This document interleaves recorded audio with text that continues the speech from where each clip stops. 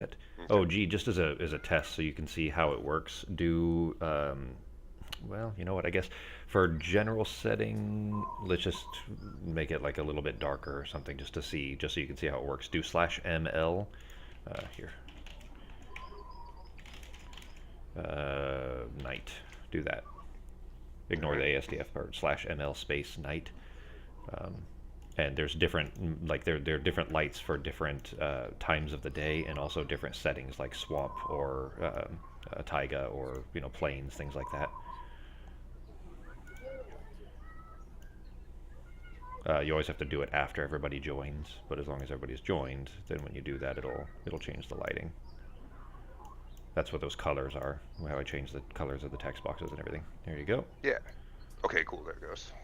I Dope. actually went through and took screenshots of what every single color looks like because a bunch of them are actually duplicates. A whole lot of them are actually duplicates. Um, so I went through and took screenshots of those. I'll upload it to my share drive so you can just have them. That way you can kind of look for the color you want and then just write that one down for when you're doing your prep. If you wanted to change throughout the setting or throughout the session, that kind of stuff. Cool. I usually Test, make notes test. to. Cool, good now. There you are.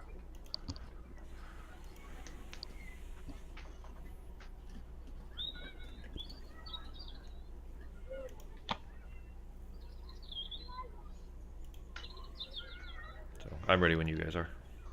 All right, how's my volume level? Everything okay now? Yep, sounds good to me. Yeah. Sounds good. Yep. Okay, guys. And where you left off is you guys were going to be going to the opera, right? To meet with Mert, the contact for the Harpers for Ruff. Yeah. Yep. We're Okay. going to hit that on the way to. We're going to hit that on the way out, I think, towards the farm in the north to find the talking horse and I forget the one that the talking horse we thought was Akasha's thing, but apparently it's the Rob's thing, right? You just got Mm-hmm. mixed up. Yeah. Okay. I accidentally mixed that one up. So yeah. And then there was the Emerald Enclave asked if you guys could take care of a scarecrow that's been causing That's right. property damage and hurting animals, and they're thinking is going to start hurting people soon. So what is described as a living scarecrow walking around causing trouble at night, Cool. and they've only seen him at night, so they haven't seen him during the day. It during the day. So Let's do it. all right. So you guys are going to be heading to the castle ward. It's called the Light Singer Theater, and on the way there, let's see. Not too much is happening on the way there. It's a nice night outside. It's a evening show, and you guys get to the theater, and they actually the person at the front asks if you guys have tickets. So there's a bouncer kind of guy taking tickets at the front. So he says, "Hi guys, here for the show. Can I see your tickets, please?" Yeah, we don't have any. Oh, okay. Did you want to purchase some, or are you meeting somebody here? What's going on? Yeah, not particularly. Yeah, we're just meeting someone. Okay. I promise I won't And watch the show. I'll just cover my eyes. you probably won't be able to understand it anyway. It's all sung in giant language, and so I don't think you guys can even understand it anyway. Who is it that you guys are meeting here? Hang on. Did I have a name? I think I did, didn't I? Mm-hmm. It was Mert. I'm pretty sure I told you guys that before. I don't think I wrote it down. Okay, like MURT. IRT, MIRT. Okay. Mert. Yeah, so we're headed. We're looking for Mert. Oh yeah, okay. Then I will show you the way. And he takes you back there. This Lillard's one of the private boxes, so Mert has a good view of the place. And so they open the little the usher guy that was taking the tickets opens the curtains for you guys. So you guys gonna go in and sit down? Yeah. All right.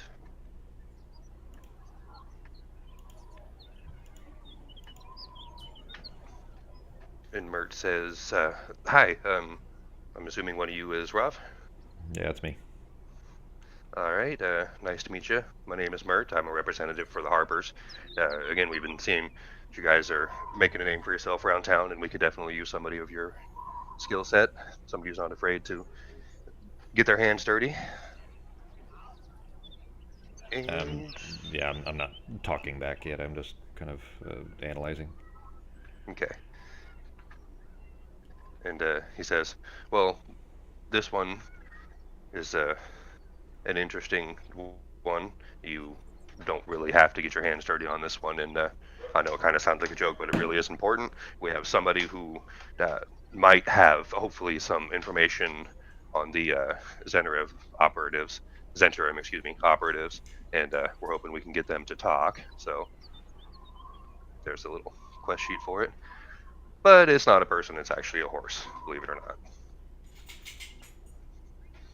And we actually do know that it can talk. It just it doesn't want to. So we're hoping that maybe you guys can convince her to talk. So you want us to talk to a horse about some goings on in the city? Aren't there people that would probably know better? Well, the Xenarims are pretty sneaky about what they do, and they just assume, like we all would, that a horse isn't really going to be able to pay attention to what you're doing, much less talk about it. But they didn't know that Maxine can talk, and she does see stuff she doesn't like to talk, but she can, and she pays attention to the stuff that she sees. So we think she actually might have seen something that happened. She might have some information that could help us. Why is this horse one able to be, I guess, aware enough to recognize potential Zenorim operatives, but also able to speak? This isn't a regular horse, obviously. So, what are we dealing with? We actually have no idea. We just have people have seen it talk before. You know, it's very it's very quiet and kind of standoffish, but we've seen it talk before, so we know it can, and we have no idea why. We just know that it was in an area where there was some going on that we know was happening, and nobody either will talk or saw anything humans. So we're hoping maybe the horse will talk. And no, we don't know why it can. It's just a draft horse. Why? Right to the source and ask the horse. Try peanut butter. Like that's how you get horses to talk, right? Yeah. Exactly. I guess along those same lines, I mean, why are you asking us who've never seen or spoken to this horse before?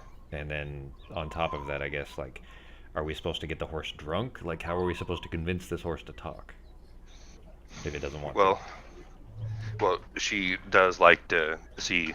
She likes a good show because she's kind of tired of having to carry people's shit all the time, and that gets boring. So she likes it when she sees things happen, like even crimes or whatever, because she doesn't really give a shit if it's legal or not. 'Cause she's a horse, so she just likes to see action mostly. And you guys have been causing action, so we're thinking that maybe your guys' is a new reputation for getting things done might interest her. She might think she can get a show out of you or something. Who knows? to? All right. I mean, if it comes down to it, do I have to, am I allowed to punch this horse in the mouth to make it talk? Like, can I intimidate this horse? You probably could if you wanted to, but you might get kicked like John Wick style. So I haven't seen the third one. Don't spoil it yet. that's not really a spoiler. All right. I guess nobody knows. Well, I guess where is the horse then? You're kind of robotic, G. I can still hear you, but you're robotic. Yeah, I'm red on this side a little bit. I should have restarted the router first. But where can we find the horse? Let's see. I'm double checking to see if it actually says on here.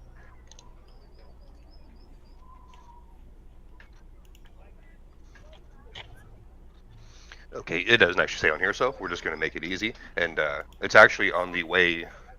If you're heading towards Undercliff, you'll pass by the little ranch where she lives at. So she's right off the road.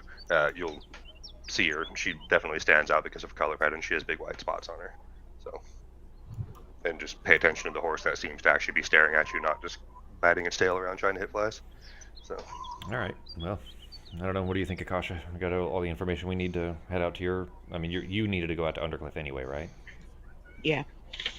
It's north of the city. There's a road called Undercliff Way that's out with the farms north of the city. So. Okay. Well, I guess that's all the information we're going to be able to get until we actually see this horse. So we might as well head out that way. Eldor, anything to do in town first? Not yet. Nope. All right, then on we go. All right, guys. And let me find it here. I'm gonna share a visual aid here in a second, but you guys are walking Is it of a along. It's a nice horse? day outside. What was that? Is it of a horse? It is. Is Yes. it So like, you guys can see can what we it looks tell like. that the horse is talking? Is there a little like speech bubble coming out of the horse in the picture? Yeah, exactly. Yeah. Um, yeah, so let me find that. And then on you guys' way there, it's a nice, it's autumn, so it's still pretty warm though. It's a nice day outside, a little breezy and stuff, but you guys are enjoying the day on the way out there. Doesn't seem to be too much going on. Where is it? Okay. And I'm going to share it in Discord. So Okay. give me 1 second here. There it is.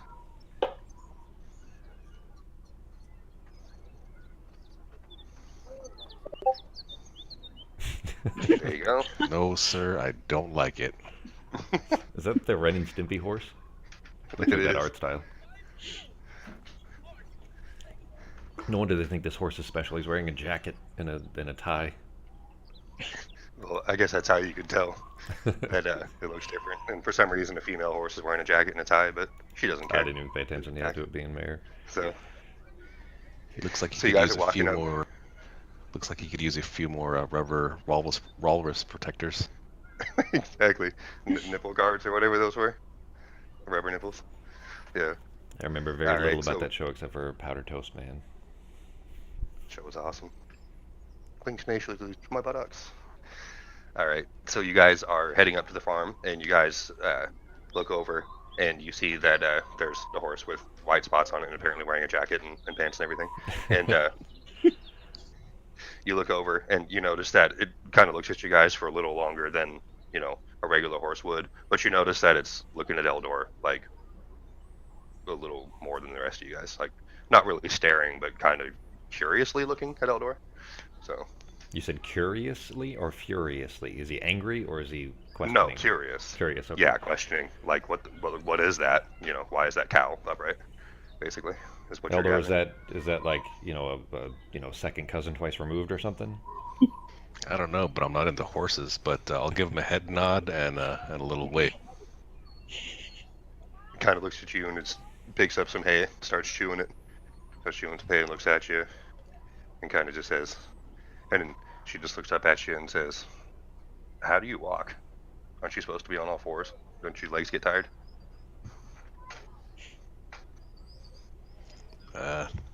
Grew up this way, so I guess I'm just used to.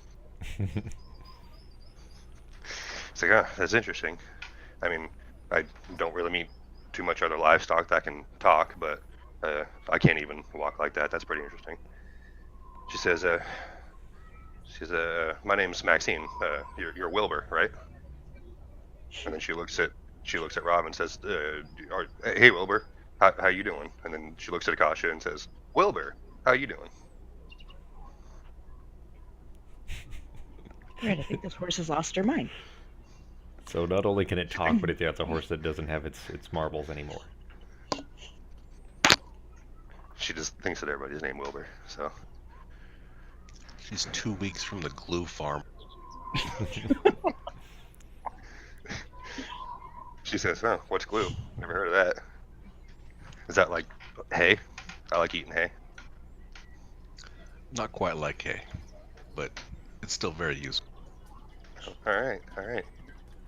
Well, is anything I can do for you guys, or are you just coming by to randomly talk to a talking horse? Bit of that.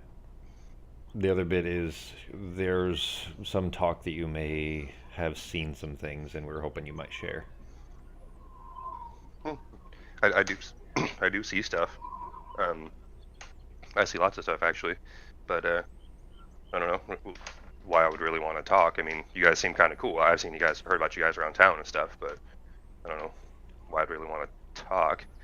Let's see. There's some carrots in that barn over there. Go give me some carrots and maybe I'll talk to you. I'm just gonna squint. I don't know if I want to be running errands for a horse. She says, "Have it your way, Wilbur. We can just stay in here all day." How far away is the barn? It's just 50 feet away or so. It's not far. All right, She I just can't get in. am. It's closed. So they latched the little gate thing so she can't get in because she doesn't have opposable thumb. So You said she's a draft horse. Yeah. She's not saddled then, obviously, right? She's just No, she's just. Yeah. yeah. I think I'm gonna jump on. I'm gonna try to make her go to the barn and she can get her own carrots. I'm just gonna jump. I'm gonna Alright. jump on her back. Give me a. That'd probably be more of an athletics than a sleight of hand, right? Yeah. Well, I mean, for jumping, anyways. Like maybe sleight of hand for Yeah. holding on or something too. But yeah, or probably acrobatics or athletics either. Okay, then you can actually choose whichever one you want, acrobatics or athletics. Give me a roll, please. It won't be too hard because she kind of likes you. I was gonna say just be like a 12. Okay, yeah, okay, you definitely got that. She's like, you jump on her, and she gets kind of scared at first and does start to run a little bit, but then she kind of stops and says, "I didn't want to have to go get him myself. Jumping on me, Wilbur. Think you can ride me? All right, let's go." Yeah, I'll just look over at Akasha and Eldor. Like, I think this will work. She can get her carrots, and I don't have to walk. She says, "Well, I guess it's better than the cow jumping on me. That just a cow riding a horse. It's just weird, man. It's just weird." Let's give her a thumbs up on that. All right, she just neighs at you, and then she goes over to the gate and says, "This is the part I couldn't do. Can you unlatch that for me, please?" I'll reach over with my spear and it's just longwise so that I can undo the latch so she can push the gate open. Okay. So you open it up, and she pushes the gate open, goes over and starts eating some carrots, and starts calming down for a second. And she's like, "All right, so what was it that you guys needed to know?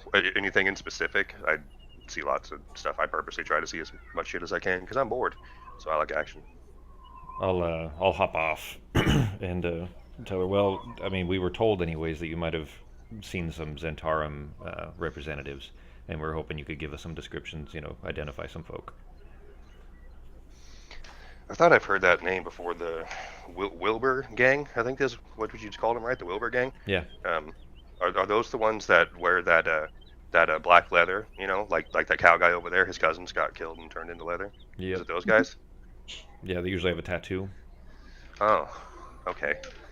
I have seen those guys. They've been coming around a lot more. Usually, I see a lot more of them now in the last few weeks recently, all over the place. Let's see.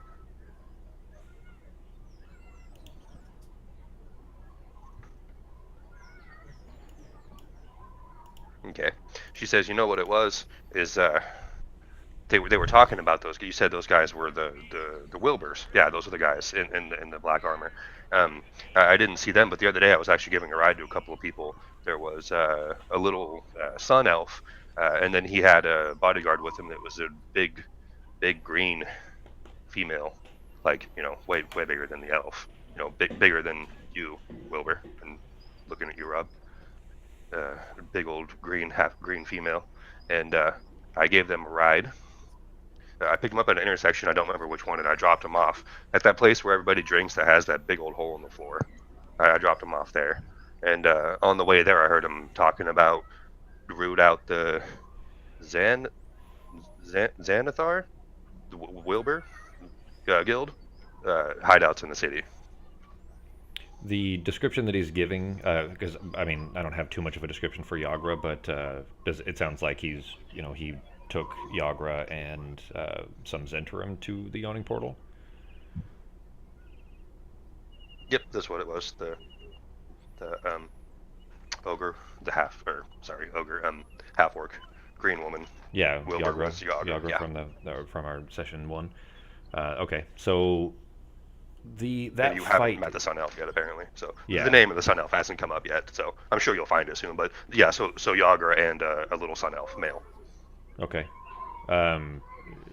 Maxine, then, do you know the name of the elf as well? Did you happen to catch any names here?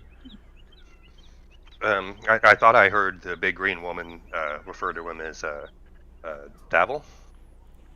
Spell it, Jim. Davil, something like. It's Davil. That's how it's spelled. So Davil. She just doesn't know exactly. Davil. Wilbur. Yeah, Davil, Wilbur, something like that. Wilbur. So Max delivered Davil and Yagra then to the yawning portal, but where did the Zent come in then? Like, did she see them also? Because she wasn't with them. Yagra wasn't with them, right? I mean, she was fighting the Xanathar folks, not the Zentarum folk. But I mean, it could have been either one. But he just had the eye tattoos, so I assume that the bad guy that she was fighting was the Centaur, or the Xanathar. Yeah, she doesn't know any other names or anything like that. She just knows that there was the big green woman and the little male elf, and they were talking about the Xanathar guild. Something about talking about hiring spies to root out the Xanathar guild. She thought she heard. She dropped him off. She doesn't remember exactly where she picked him up. She dropped him off at the yawning portal. Okay. Do you happen to know then, like, have you seen the elf or the half-orc woman before? Like, do you know where they might hang out, like where we could find them, if we needed to talk to them? She says, I'm not sure where it is that they live. I've seen them around town before. You know, they passed by the farm before and stuff, but not really concentrated in any one area that I know of. So, not really sure about that one, Wilbur. All right. I don't know if is there much other information that we needed to get from this horse, guys? Not unless she knows exactly where the scarecrow's been. Are you asking her that, babe? Yeah, I'll ask her if she knows where the scarecrow is in Undercliff. She says, I see lots of scarecrows, but the other night I swear I saw one moving though, which is weird. You know, I know talking horse is weird, but you know, I'm actually supposed to be alive.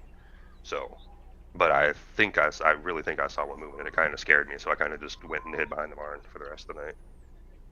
Yeah, that's kind of the one we need. Do you know where it was? Oh, it was a farm up there. It was dark, so I don't remember exactly which one, but heading towards Undercliff more. I saw it out there in one of the fields. So I'm not sure if that's the field that its owner put it up in, or if it just wandered there. But that's where I saw it at. Okay. She said it's just not too far, maybe a couple miles up the road, still heading towards Undercliff. So. Well, Max, it's been fun. I gotta say, I'm a little curious why you're talking. Like, were you a person once and somebody just turned you into a horse? Like, what's with this? Yeah, I don't know. I can talk. You've Really always sure been why. a talking horse, as long as you can Yeah, remember. I've always been a talking horse. So people always found that odd. Most of the time, I just stay quiet because it's easier to. Your life goes smoother when people don't sit there and stare at you all the time and want to try to put you in the circus. So. Well, I mean, you've hang around town a lot. It sounds like, and you're at least in places like delivering people to the Yawning Portal, for example. Are you a fan of the drink?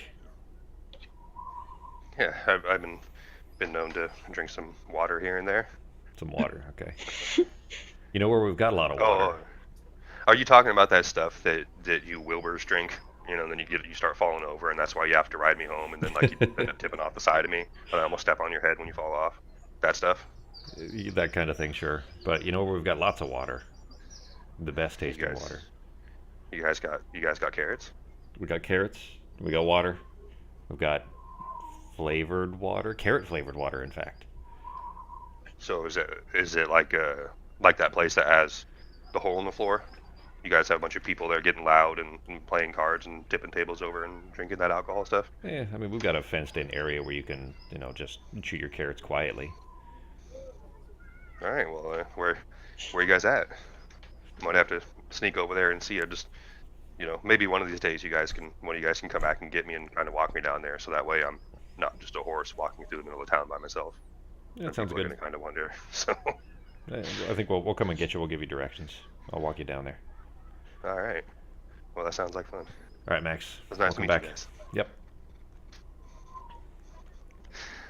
All right. You guys gonna keep carrying on, going back up towards Undercliff and see if you can find the scarecrow?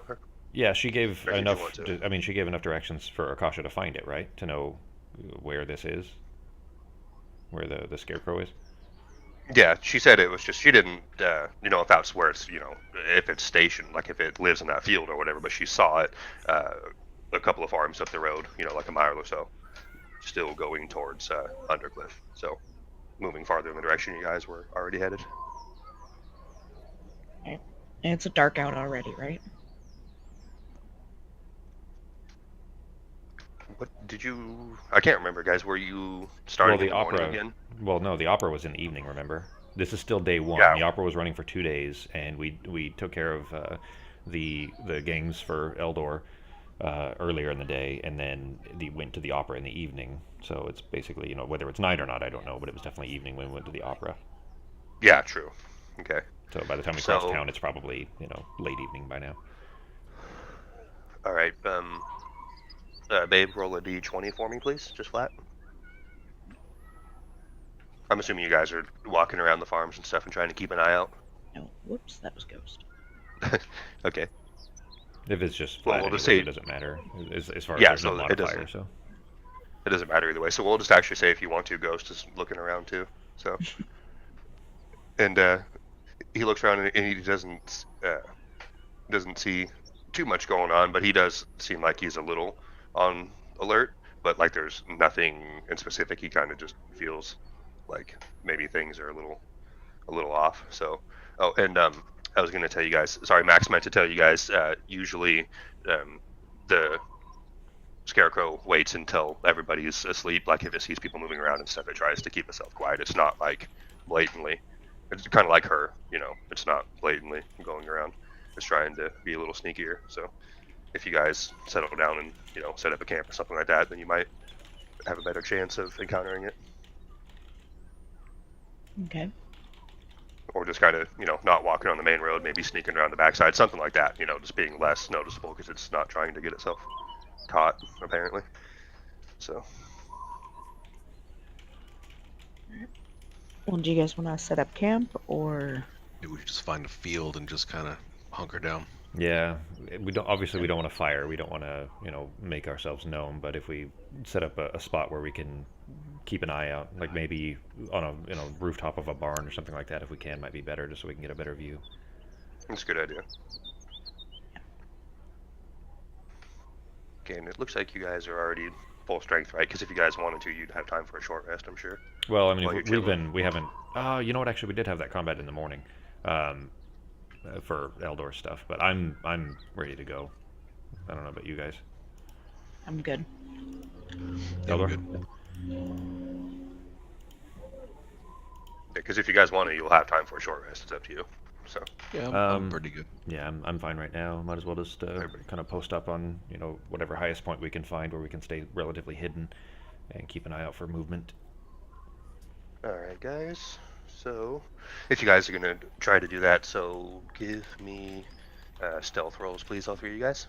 And I'm assuming Ghost is trying to be quiet too. You probably told him to, babe. Yeah, So, and he's staying he on the is, like- ground, so. Okay. So have him roll a stealth too if he's gonna be quiet too.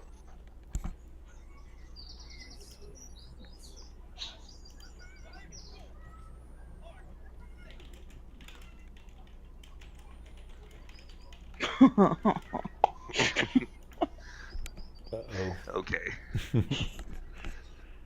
All right. You guys are chilling out on the top of the barn, and you guys don't really see much, but Ghost was not being too careful, and his nails kind of scratched on some of the metal that was on the roof there of the barn. Made Yeah, a little bit of noise, and He's staying on the ground. oh, I'm sorry, he's on the ground. Okay, then either way, he was kind of just saw something like a mouse move or something, and kind of made a little growl that gave him away. And Eldor climbing up on the roof with that armor that he has on was a little bit loud too. So you guys noticed that you saw something peek around, and you see a straw face with a hat on and red clothes, and he's got a sickle in his hand, and he's looking up at you guys. And roll initiative for me, please. And the Rav and Akasha both got decent enough rolls that he's not going to have like any first attack or anything. It'll just be a straight thing. So All right.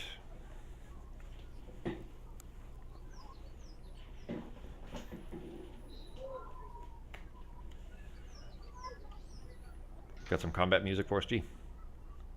yep.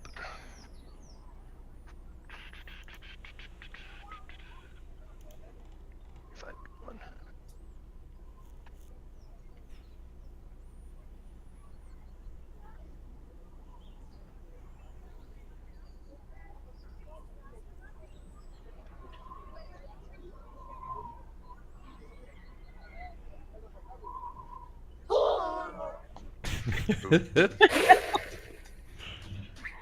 Sorry, that was loud. Sorry. It wasn't that loud. It was just a funny sound. Okay. All right. All right. You got a map or anything for us? Yeah. Second two. Is that still too loud, guys? It's fine to me. It's not loud at all. Okay.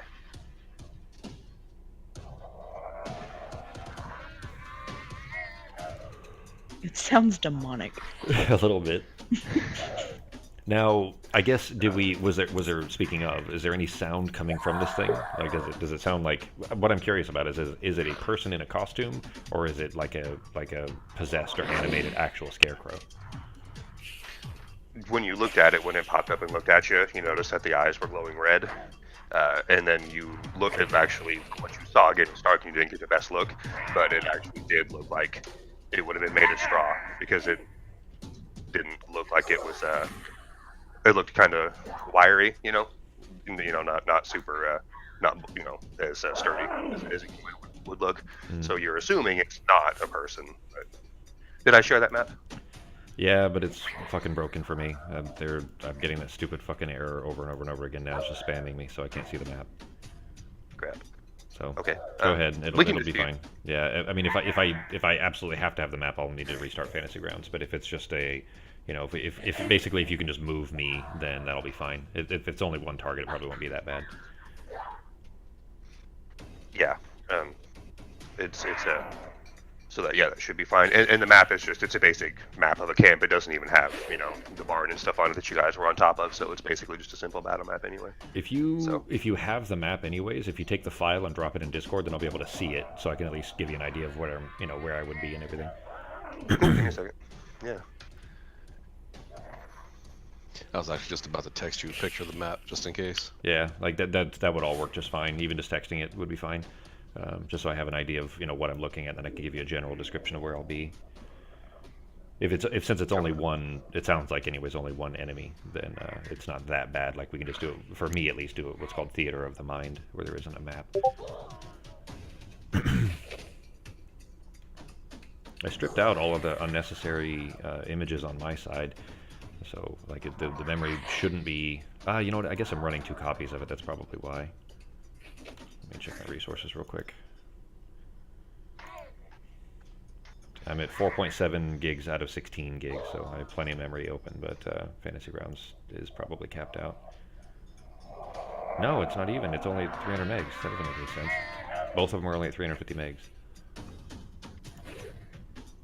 I literally just got a... well, okay. I'm clicking on it to see if I can open the original. Okay, I got it now. Alright. That's funny. I can see the tokens. Yeah, I can see the tokens, but I can see the hours, anyways. I don't see any scarecrow or anything. Is it visible? Like, does it we can see it, right? Yeah, I just haven't even dropped them on yet. So okay. There we go. And actually, let me. There. Do I have time to just prep for the fight? Meaning, I just kind of want to light a torch and put it in my offhand. Yeah, I'm sure you would have had a second to do that because, again, where he's at, you would have been able to do that as a... That'd be a free action, wouldn't it, G? It would be just using an item. Yeah, it'd be just using an item, which is you can do 1 per turn. So, yeah, interacting with an item. Okay. Yeah. All right. So. Similarly, while we were, because that's something that presumably he could have had the torch ready, and as soon as we saw something, lit the torch. You know what I mean? Because like if we were trying not to be visible, he would have just had it but not lit yet. And then as soon as we saw this guy show up, then. Pretty much once our cover's been blown, I just light a torch. Yeah, that would totally make sense to have that kind of prepared to do, especially a scarecrow being made of straw. It would make sense to have prepared a fire source like that. All right, I just took a torch out of my inventory. Do I need to equip anything offhand, or are we just kind of hand waving? It isn't anything to equip. If you're going to be using it as a improvised weapon, then there's different. Basically, Ben will just kind of come up with rules on the fly for it. I'll look for if there's improvised weapon rules for a torch specifically, but just Google it essentially as we go. So go ahead. Yeah, so we'll just we'll get that figured out if you want to use it like that, but we'll just consider that a free action. So, and again, you guys can place yourselves wherever you want to. I just set you guys on the map. But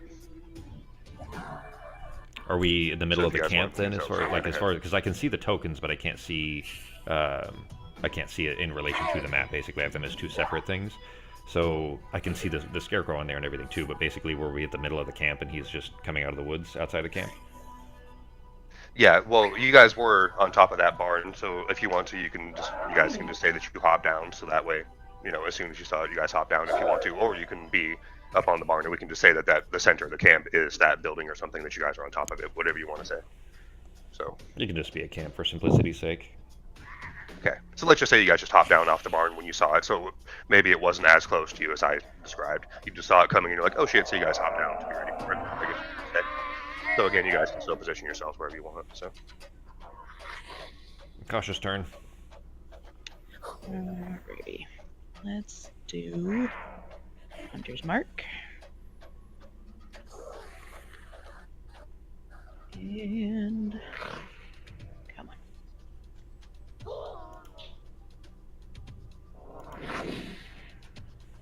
The hit. And yes. And you did Hunter's Mark, yes. Yeah. Nice. And you see, yep. So you see the scarecrow starting to come at you, and you put your Hunter's Mark on his face, I'm assuming, and then you go knock an arrow, draw it, and shoot, and you notice that it did hurt him, but it doesn't seem like it hurt him as much as it should have. So, any bonuses? No, Hunter's Mark is my bonus. Okay. All right, Ralph. I don't know. I don't know that I would bother trying to talk to him, especially if he's already shown aggression, because it could be just a person or something in there, is what I'm initially thinking. But distance-wise, since I can't, okay, it looks like he's 20 feet. Okay, I can't see what's there, so if basically if there's anything in the way that I needed to run around, just let me know. Otherwise, I'll just go charging at him. No, because there was a tree there, but it would have been the canopy. He would have been up under the Okay. So, All right. He hasn't acted yet, so I will have advantage on the attack. And nothing else. You know what? I'm gonna go ahead and trip him as well. Attempt to. Okay. So I gotta make the attack first, but. Whoops, that's the throw. Hang on. There we go. Natural 20. Yeah, great. Nice, dude. Any special, like the special rolls, but is it a stupid one or no? Okay, that's pretty cool. Yeah, that actually one, it's definitely usable. It doesn't look like the first part is. It says if any of your allies are adjacent to the target, they can immediately take an opportunity attack against it if they want to. But nobody else is close to it. But if that's not possible, then all allies get advantage on their next attack on him. Nice. So you guys don't forget all, and I'm assuming that works on your next attack too, G, right? Well, I'm going to knock it. He's assuming that this, depending on if he makes a strength save or not, then he'll be knocked prone, so nobody would have advantage except for ranged attacks anyways. Which actually I just realized would screw Kasha, and I wouldn't have put myself in her line of fire, so I would have moved over, out of the way a little bit. So let's see. Whoops. Hang on. So you guys will have advantage. And you know what we could do, since you guys would have advantage anyway, is if you wanted to, babe, you could just roll it flat. If he's prone and you shoot at him, you would just have a that flat makes roll sense. since you would have. Yeah. So That's good rolling, it's up to you, honey. Or you can just go up and slash him, whatever you want. So I just go charging at him and swing the butt end of the spear around to try to hit him in the leg to knock him prone. Did he save or not on that? He succeeded. He succeeded? Okay, so he's not knocked So prone. that means he's just not prone, right? Yep. All right, still does Okay. the damage, but all right. So that, and let me roll the damage now. No, he's not human. So, well, he's not human, right? No. Now Yep. that you're this close, his eyes are definitely glowing red. He's made of straw. He's not human. Okay. So with my crit, that was a good hit there. And then I will spin it back around and just hit him with the butt end of the spear. No special or anything on this one, just a regular hit. Okay. 15. And that one hits. Hits also? Okay. Yes. Then for another 5 damage. Nice. And you give a really good jab with him. The trip didn't work quite because he was able to, keep himself upright, but you got a really good jab on him. And then you spin it around and hit him with the back end of it, and both of them seem like, they hurt him for sure. He is you just got him bloodied, but you can tell that it didn't hurt as much as it should have. Your spear, either end, didn't hurt as much as it should have. I'm gonna hop back one step from him and mark him.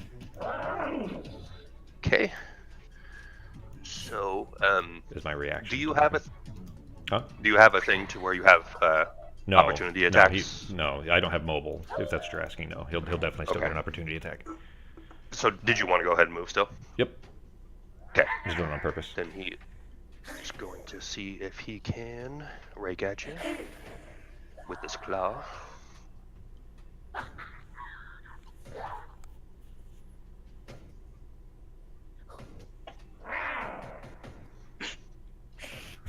And he does hit you. If he's supposed to be some kind of a demonic possessed thing, it does make sense for the silence to be like this too. God damn it! I keep accidentally using the throw version instead of the regular version. I'm not used to playing still. Alright. That wasn't too bad of a hit. I'm okay. He got you with a decent hit there, and AFK second, but can you give me a wisdom save, G? You gotta be an 11. Uh-oh. You're back. Wisdom save. There it is. Yep, I'm okay. Got a 15. Wonder what this thing would have that, like, I guess I would probably shout that over to you guys too, that when he hit me, it was some trying to impart some kind of an effect. So just keep that in mind if you get close to this thing. Yeah, Ghost Wisdom is pretty decent, so. His wisdom saves. Now that's a little bit meta, but saves and checks of course are different too. But just keep that in mind too. If Eldor or Ghost, you probably would stay at range anyways, just to keep putting arrows in him. But Yeah.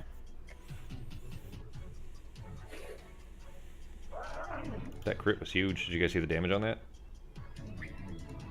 That's a lot. Because I was also tripping on that same one, I get an extra die for combat superiority for the trip, so it doubled both dice, which means a minimum of 18, and then I actually rolled pretty low on the two others, because the 10 is the spear itself, and then 8 is my combat superiority dice. So that was 18 minimum for the crit, and then the other dice, the doubling of the dice was pretty low. It was only 3 and a 2 for those.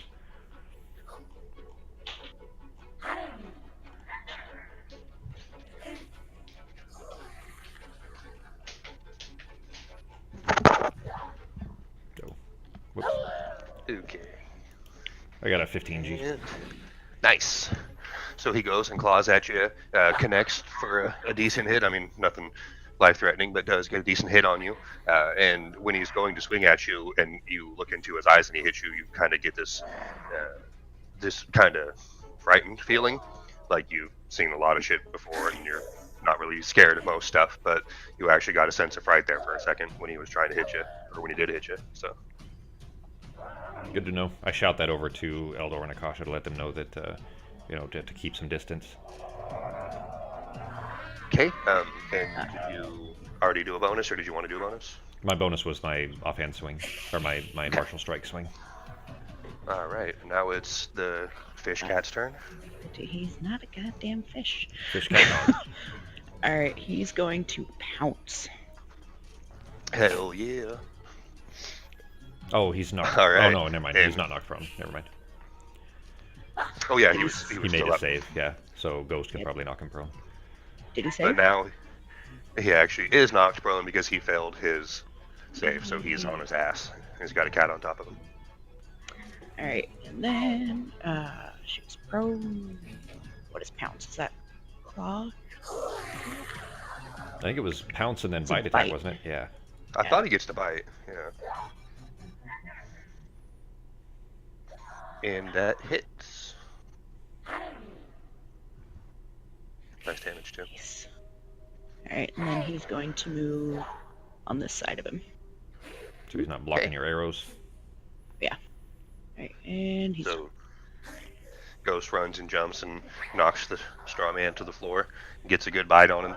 Again, the bite didn't seem like it did as much damage as it should have, but it looks like it definitely still hurt him though for sure. And so he is on his ass, and it is Eldor's turn. All right, I'm about 20 feet away. Torch is in my left hand. With my right hand, I have a crossbow. Can I push the arrow into the cloth of my torch to kind of make a flaming arrow? Sounds fair enough. What would you say, Holmes? A sleight of hand to see if the arrow lights like it should? Probably just a flat. Well, I guess slight. I mean, he's unless he's proficient with sleight of hand, it wouldn't matter. It would just be a regular dex check. But if he is proficient, then I would say Okay. sure, it might as well. So either a dex check, Sako, or a sleight of hand, whichever one you prefer. Okay, I'll do a dex check, I guess. Well, if you're not proficient in sleight of hand, it would be the same anyway, so it doesn't matter. Okay.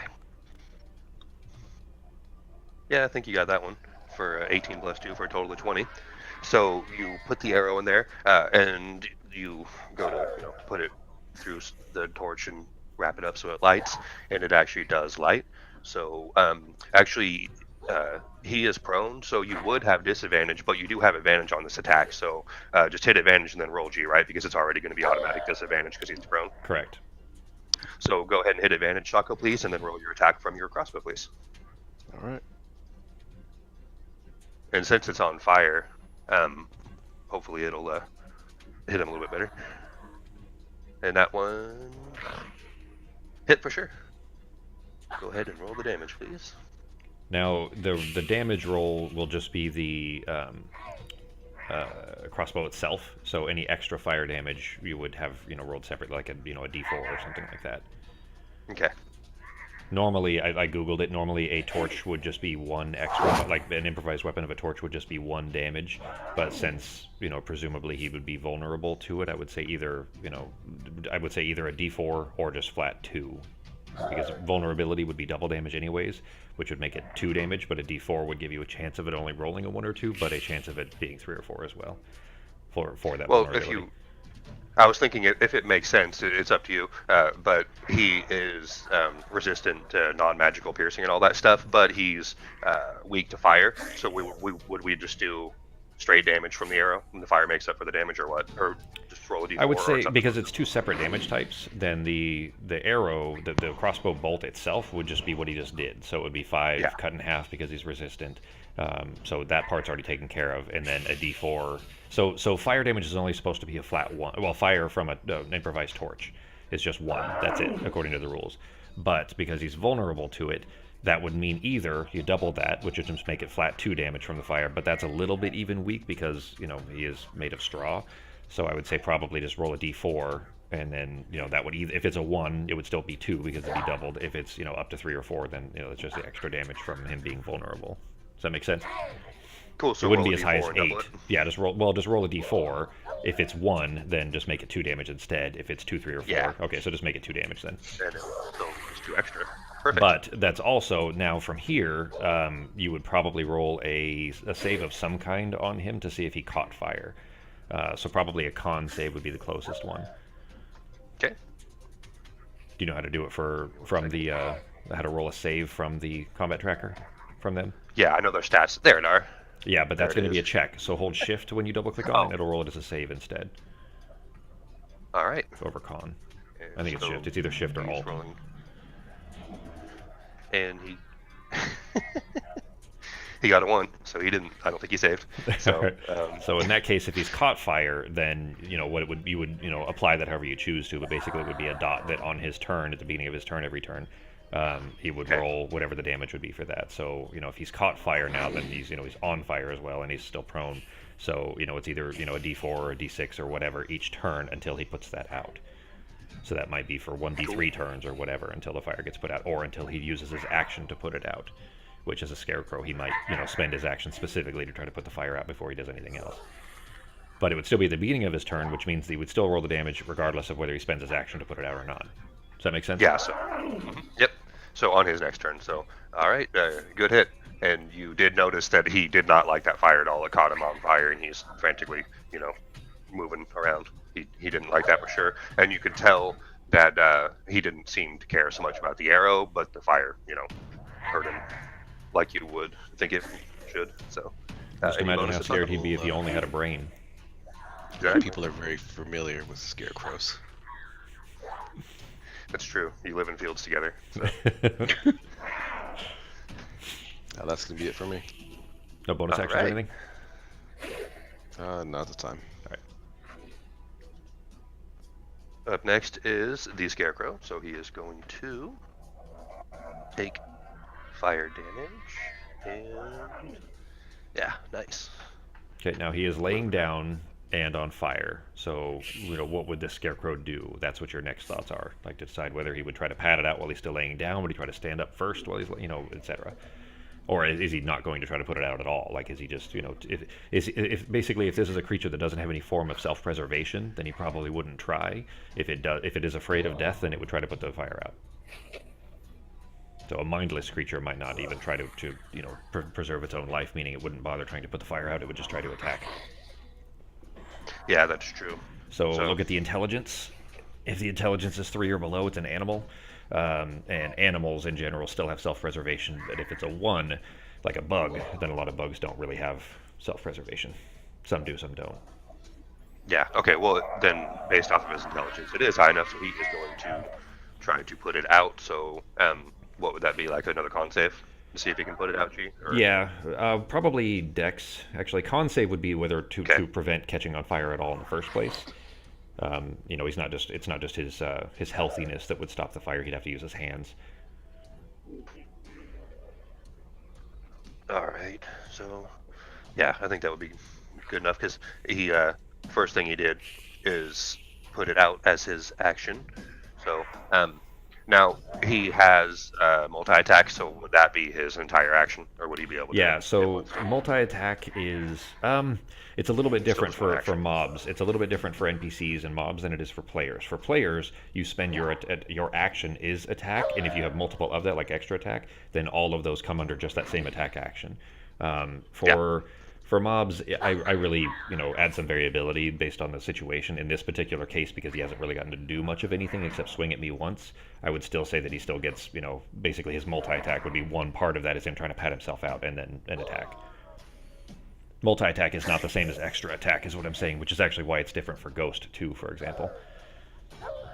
Because Ghost normally, would be an NPC and would just have regular multi-attack, but he doesn't. He has special rules because they wanted to, animal or the PC versions to be different.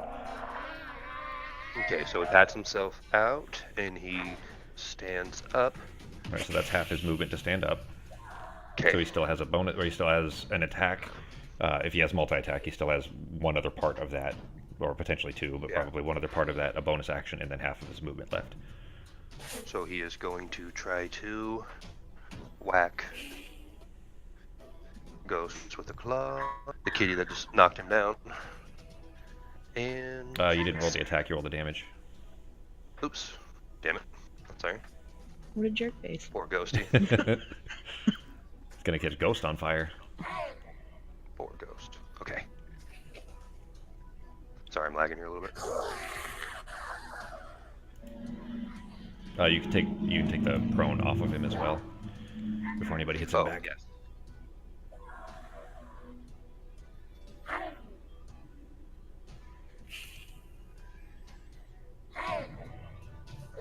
There you go. Alright, so now let's actually roll an attack. On poor little Ghosty.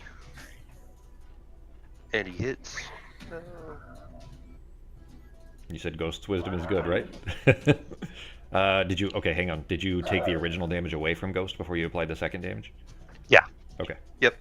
I took that off. So, right. And then can you give me a wisdom save on Ghosty, honey? Little fish guy needs to beat 11. Ooh, barely. Nice. It's a good thing he's proficient in all his saves. Oh yeah. He wouldn't without his proficiency bonus. He would have failed.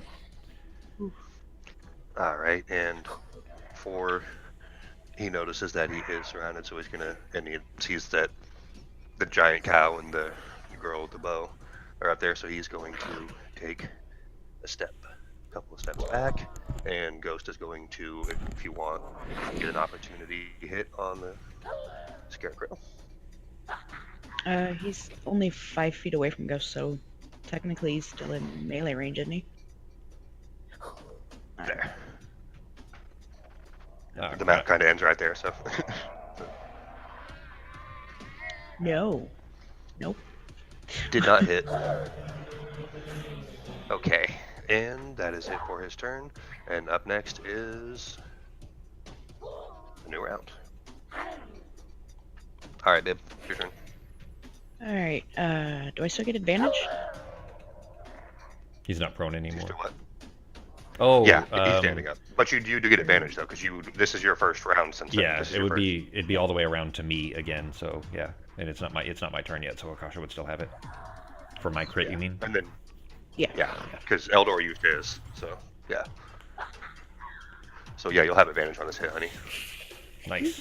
Drop to 12, but yeah, and it hit. So nice, yeah, for a 26, that definitely hit. That 12 still would have hit anyways. You would have had a 20. Yeah. Okay. What in the world is wrong with this thing? There we go. Nice one too. And So you send that. Anything else, Bib? Okay. Yeah, so you send that arrow into him, and that definitely hurt him pretty good. He's looking like he's not going to do too much more. He's the straw starting to fall off of him, and he's got, that burn spot in his chest from where Eldor lit him on fire with that arrow. He's looking hurt. I am going to run at him again and try to trip him again with my the butt end, not the main attack, but the back end of my spear. Natural 20 again. Yeah, you got it for 20. Good job. God dude. damn it, that sucks. If I had done it on my main attack, it would have been a lot more damage this time. So let me apply the damage, and we'll see if he saves. The table thing rolled a 1, so it didn't apparently have any bonus. Yeah, it's only Special 5 and 6 on the special table. So nice hit though. Shit, even on my And I rolled really well on my damage on the extra dice on that. Let's see if he makes his save.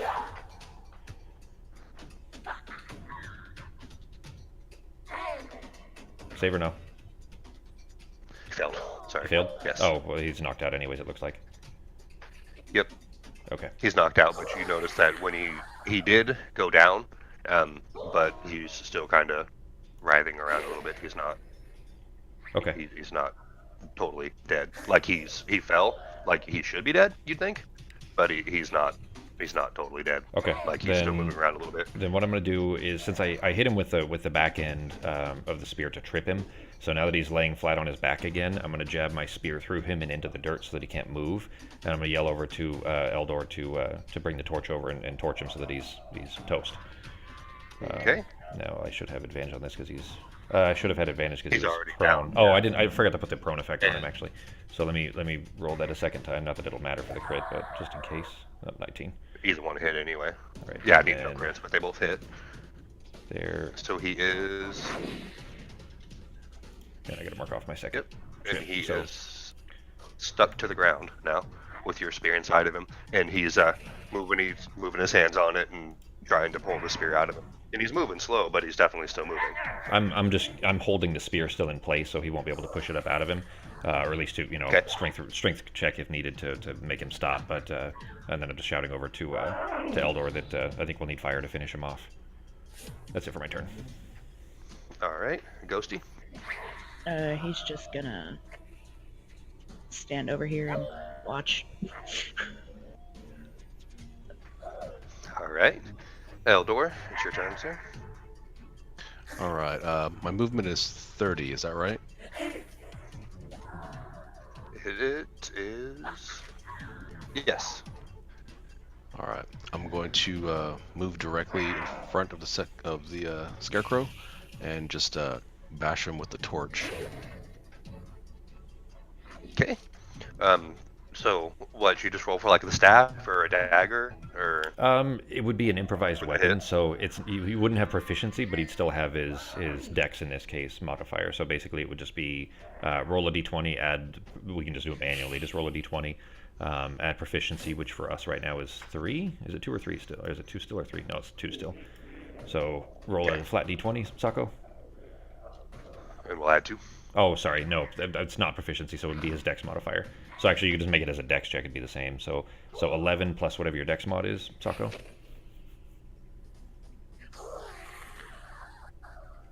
If you look at your main Alright, tab. so that's Dex +2 ability. Okay, so 13. But actually, you'd have advantage on it too because he's knocked prone. So I'd say you could re-roll the 11 too if you wanted to. Yeah, if you want to roll a second time, because yeah, he is prone.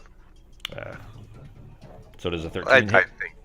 I mean, he's on the ground. I think a 13 would have definitely hit for sure. So you go to light his ass on fire, and you notice that as soon as you light him up this time, it's like he burns. Before it kind of took a second, but this time it's like he seems so weak that he's burning up a lot faster, and he is burning up, and he's not really screaming because it doesn't really have a voice or anything, but he's writhing around and stuff, and he is burning up, and you might want to move your spear unless you want it to get burned up, and you can take your hand off of it unless you want to have a really hot metal spear.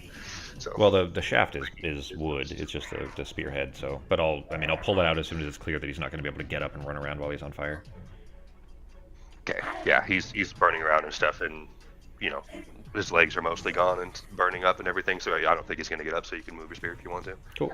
I'll yank it out. He's and just definitely stand burning back into in. just ashes. So he's gone. Cool. So. Let's nod at Eldor. And with that, you guys do hear some rustling in the bushes, and dun dun dun. Guess whose friend is coming to fight too? All right, I'll just pull my spear back out and spin it around. They're like, well, we know how to take care of them now, big guy. We actually skipped Ghost's turn, though. Like, it should have been Ghost after Eldor, but I don't know that Ghost was going to do anything. But if you want to, I guess since he was knocked out, do you want to just go back to Ghost and then let Eldor have his, a real turn? Yeah, that's fine with me. So do I just move the arrow up to Ghost, right? Yeah, exactly. His Yeah, turn? yep. Okay. So, Ghost might have heard this guy crawling out of the bushes or something anyways, and then Eldor can have a real turn there instead of just, torching this guy. Yeah, because Ghost was having fun watching the fire and stuff, but something definitely caught his ear, so he turned around from the east. Is another scarecrow. I actually, I was going to do, because you said you could do like up to 4, but I was thinking, I don't know, these guys are pretty tough, so I wanted to kind of gauge it.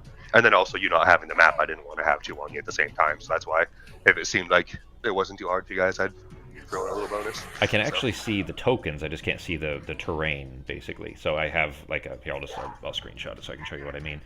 Basically, to me, this is what I see.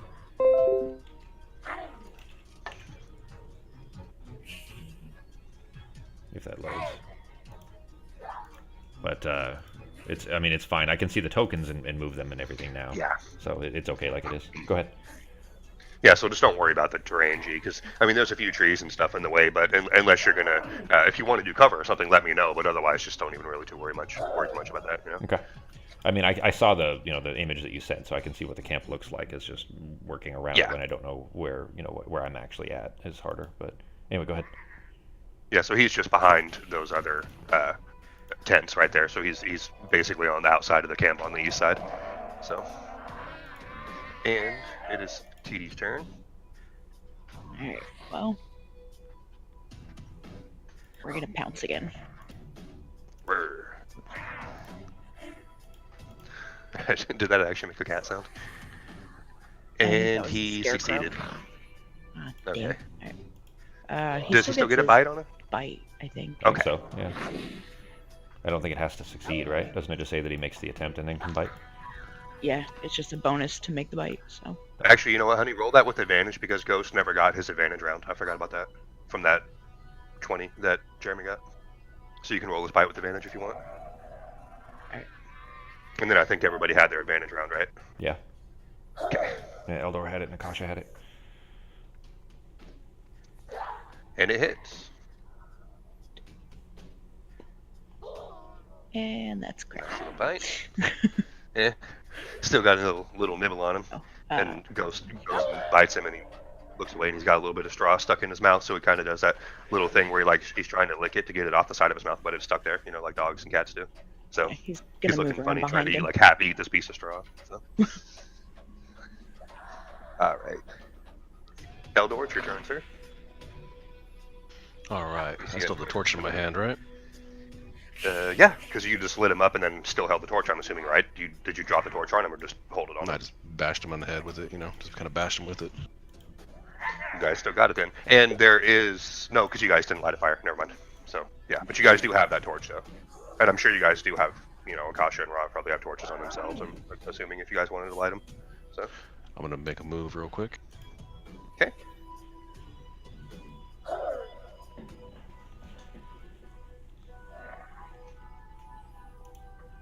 And pull the same trick with the crossbow flaming. Alright. So, just another dex check, Holmes, to make sure it lights? Yeah, to just see basically that, just to see if we can get it lit. Cool. Give me a dex check, please, Sako. Won't be too hard.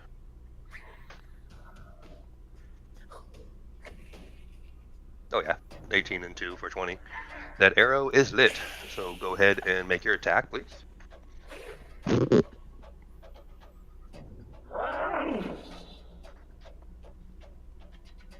There you go, and it hits. So let's go ahead and roll the regular damage first. Nice one. Good. So the arrow goes in and hits him. And go ahead and roll a d4 as well, please, Sako. And again, arrow not much, but the fire does seem like it definitely hurt him. So he didn't like that much. I'll add that on there. And then Did he catch fire? Roll to see if he's on fire or not. So little arrows goes in there, hits him, and we'll see if he goes blaze or not. But he definitely didn't like the fire part, just like the last one. You can always drag the numbers to G. So, for example, where he just rolled that 1, where Sako rolled the 1, if you drag that 1 and drop it on his damage, like his wounds for the Scarecrow, it'll automatically add it. Okay. Or if you drag it, like if it's a heal and you drag it up, then it'll automatically heal them and so on. Okay. Yeah, it was the fire damage was a 1, but we doubled it, of course, so 2 extra fire damage. Yep. And he didn't roll so well on his con save, so he is ablaze. Any bonus actions, Sako? Not this time. Real quick though, Ghost's Pounce did knock him down or did not? No. Did not. Okay. Yeah. Gotcha. All right. Yeah, so the Scarecrow was still standing up. And now it is his turn, so he is going to pat himself out. Let's see. Not with that. He tries to pat himself out, and it doesn't work. So, actually, for a He second, would have part, taken the he's gonna damage before try that to- anyways. If he's Oh, on fire, yes. he would have taken the damage at the start of the turn. You can apply an effect to that to remind yourself. If you click the top right corner where it looks like a person with stars around its head. It looks like there aren't any special Oh, like a ones little loaded. note section or something? Well, Okay. the top right corner it looks like a person with stars around its head. There's 3 stars. You see that? Yeah. Click that and it'll bring up a window Oh, that says effects. effects. Yeah. Grab, just to put one on to remind yourself, grab something that wouldn't give you other benefits. Maybe Charmed. Probably put Charmed on him, I guess. Because that won't do anything else. That won't automatically give anybody advantage or anything like that. But it'll be a reminder when his turn comes around to apply the damage until he gets the fire off. You can put special, like custom ones in there and everything too. You just don't have any of them loaded right now. But if you just so right. that you would click the button and drag it over. You drag Charmed and just drop it on him in the combat tracker. Or Curse Yeah, I'll or have anything to. else. Okay, because I was going to say I'll have to pick out a different one or just remember because he's immune to being charmed, so I tried to drag it on him and it said he was immune. Try So- Cursed. Okay. There you go. There we go. I don't think that has Okay. any other effects, like other automatic effects. So it should be okay. Okay. We'll just keep an eye out for it just in case. So he's going to use the second part of his thing, see if he can put himself out.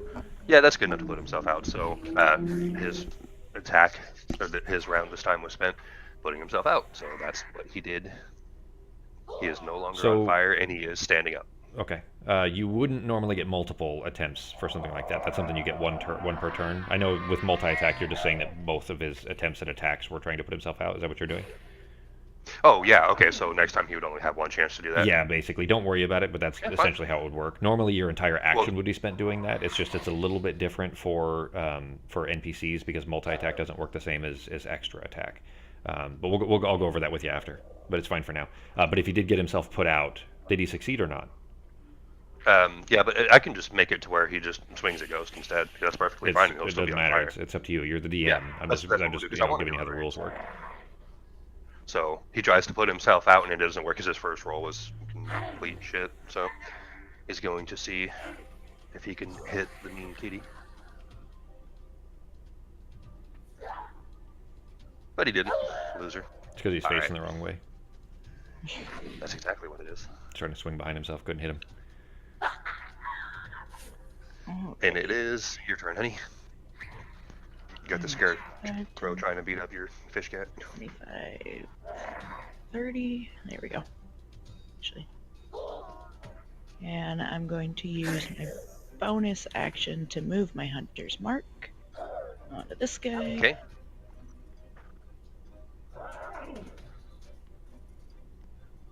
No, probably not. No, actually that did hit. G, would flanking, the +2 for flanking rules, would that count because she's doing missile attacks, or would that only be if she No, it was still melee? counts. 'Cause ghosts As long as the flanking person is within melee range of them. You can't both be ranged basically. But Ghost is within melee range. So yeah, the flanking would still give her +2.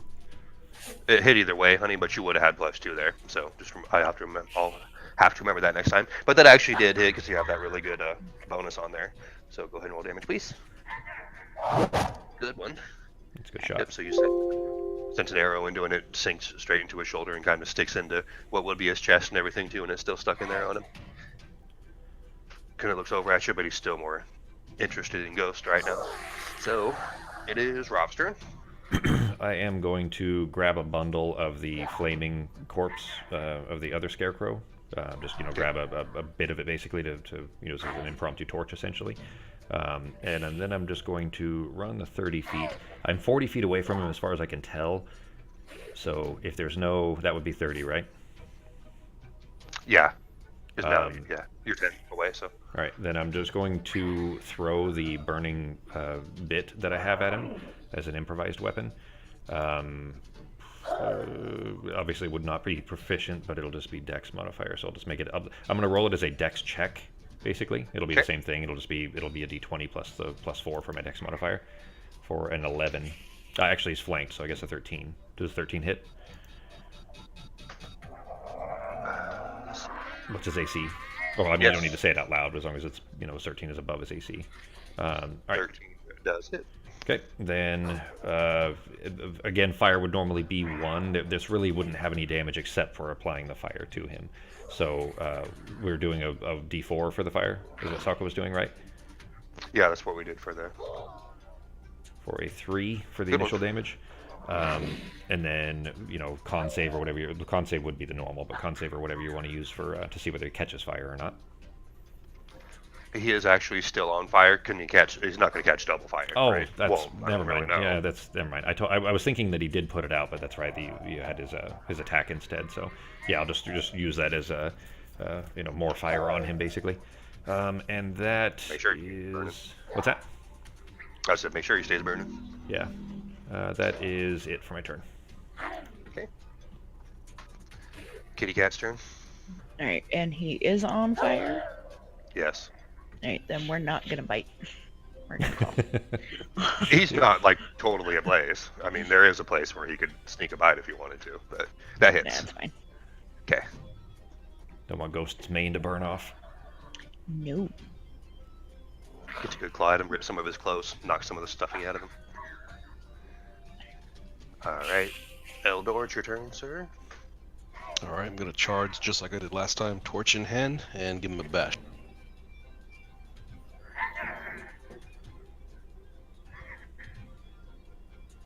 Nice. Alright, so improvised weapon G, just do. What did you roll for the last one for the fire? Because he's just going to hit him with the torch instead of throwing the fire. Well, if at he's him. trying to club him with it, it's going to be strength based and not dex based. If you're trying to poke a specific spot, like try to catch a part of him that's not on fire yet or something like that, then I would say that would be dex. If you're just trying to whack him with a stick, then it's going to be club. Pretty much whatever is not engulfed in flames, I'm just gonna how you take a torch and just stab it forward a little bit to set something on fire. Sure. pretty much that. Yeah, then I'd say that would be, for an improvised weapon, it would just be your dex modifier. So roll it as a dex check, Sako. Yep. As long as that beats his AC. 18, so that should beat his AC. Oh, yeah. Yep, it does for sure. So roll a d4 for some fire, please. And with this much fire, he's going to have to take a little bit extra damage on his next turn, I'm sure. Because he's, like, really starting to get lit up. Yeah, you so. can start doubling it up. Did you double the 2 more? 3 that I rolled as well? For the one I threw at him? Hey, the map just showed up. Actually I didn't. So Nice. I just did the regular damage on that one, so I'll add that too. So another, yeah. The map just finished loading. I actually have textures now. And he's looking like he's bloodied. So he's still alive and very dangerous, but you're hurting him for sure. So any bonus to Sako? Nope, I've used all my movement, so I'm good. Okay. It is his turn, so we'll double the d4s.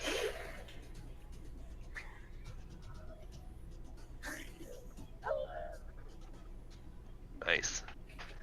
That's definitely a really good hit there. So, 16.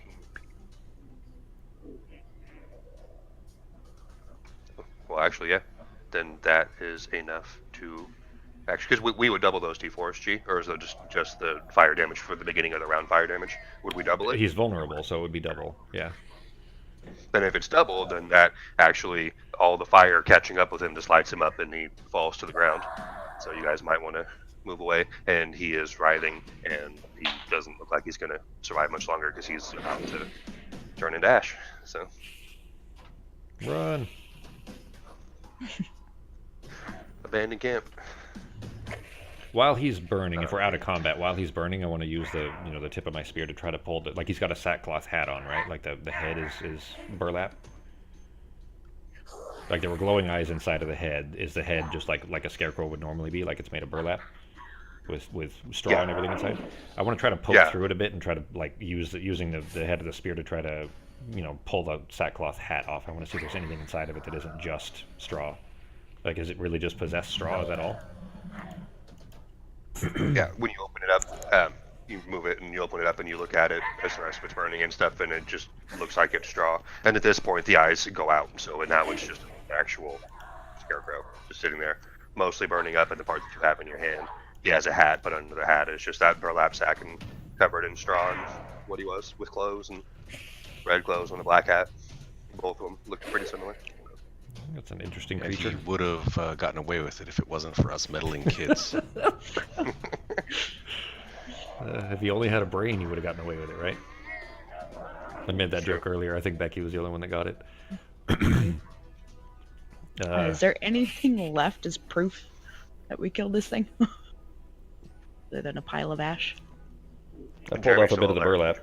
Rob still has that hat. Yeah. I pulled off a bit of it. if you wanted to, when it was, you could just take that the brain corpse from that brain thing that you guys killed earlier, and you could have stuffed that in his head. That would have rotted away long ago, anyways. That was like 2 weeks ago now. Week and a half, 2 weeks ago. Yeah. Okay. We gotta I threw the improvise. rest of it away. We don't have any scarecrow ears to take back. Yeah. But the sackcloth hat will do. But that there were 2 means that there could be more. So, like, we'll need to let, was it the Emerald Enclave that you had to go talk to, Akasha? Yeah. Yeah. So, Yeah, I mean, you take this, like, you take that burlap sack back to them. Gee, if you want to change the music, it's they're probably dead now. But anyways, if you want to take that back just to show them, but let them know, of course, that there were at least 2, so more could certainly be coming. If it really was just a possessed scarecrow, then, and it seems to be, then, there's no reason that there couldn't be more in the future. But, let them know, of course, that if they just bring a little fire, then they can take care of them pretty easily. They weren't that difficult. Yeah. Sounds good. Heading on back. We don't see any other moving, right, G? No. On the way back, you guys don't see anything else. You do see scarecrows out in fields and stuff, but none of them seem to be moving or anything. So, you guys got the hat, and you guys go back and talk to Jareth. Yeah, it was Jareth, Hand over the hat. the female spirit. And she says, okay, well, I see you guys must have found something. So what was it? Was there actually scarecrows up walking around, or what was going on? Was it just kids playing jokes in their suits, or what? Nope, they were actual scarecrows with glowing red eyes. Super creepy. More than one. No, so there was more than one. Okay, wow. And I see a couple of wounds. So they actually did attack you guys, right? I mean, you didn't just, it wasn't just sitting there minding its own business. It was trying to cause trouble. Yeah. Wow. I wonder why the hell scarecrows are alive. Thank you guys. We appreciate that, and I'm assuming there. You said you saw two, so I'm guessing there might be more. So we'll have to start keeping an eye on the area up there north by Undercliff. So thank you guys. Yeah, you might want to take fire with you. Seems That makes pretty sense. useful. Okay. Yep, we will remember that. Thank you very much. And we appreciate you working for us. And you have earned more renown with us. Thank you. So with this one, Sako, you got 1 renown point for the quest that you guys did on yours. You did G for talking to Maxine, 1 renown point, and now Akash, you got 1 renown point as well for helping to get rid of the scarecrows. So Cool. I guess in returning back to, if we're done with Jareth and Melanor, then do I need to go back to talk to Mert? Like I wasn't quite sure on that. Like, do we need to return the information that we found out about that Davil and Yagra were trying to hire spies for the Xanathar Guild? Well, trying to hire to seek out Xanathar Guild members. Yeah, he wanted to see if Maxine did know anything. So let me go take a look at where it is, because obviously the opera's not going to be there again. So, but we'll just say that you guys are on the way there, and I'll let you know where it is here in a second, where you actually meet up with Murdat, because you're not going to be at the opera this time. So let's see.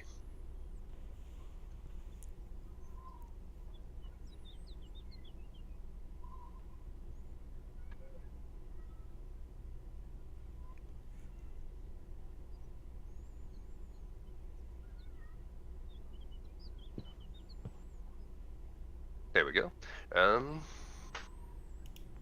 Yeah, so he had told you guys before, when you guys were at the opera, that whatever you guys find out, or if you need to find him, his house is over in the Sea Ward. So if you ever have a reason to go talk to him, you can go over there, and if he's not home, you can just leave a message with whoever's there. So in the Sea Ward is his manor. Sounds good. Then we'll head out there. Okay. And you go in and tell him of the information.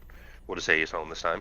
And so he says, so the talking horse, did she say anything? Or what? Anything useful at least? Because she...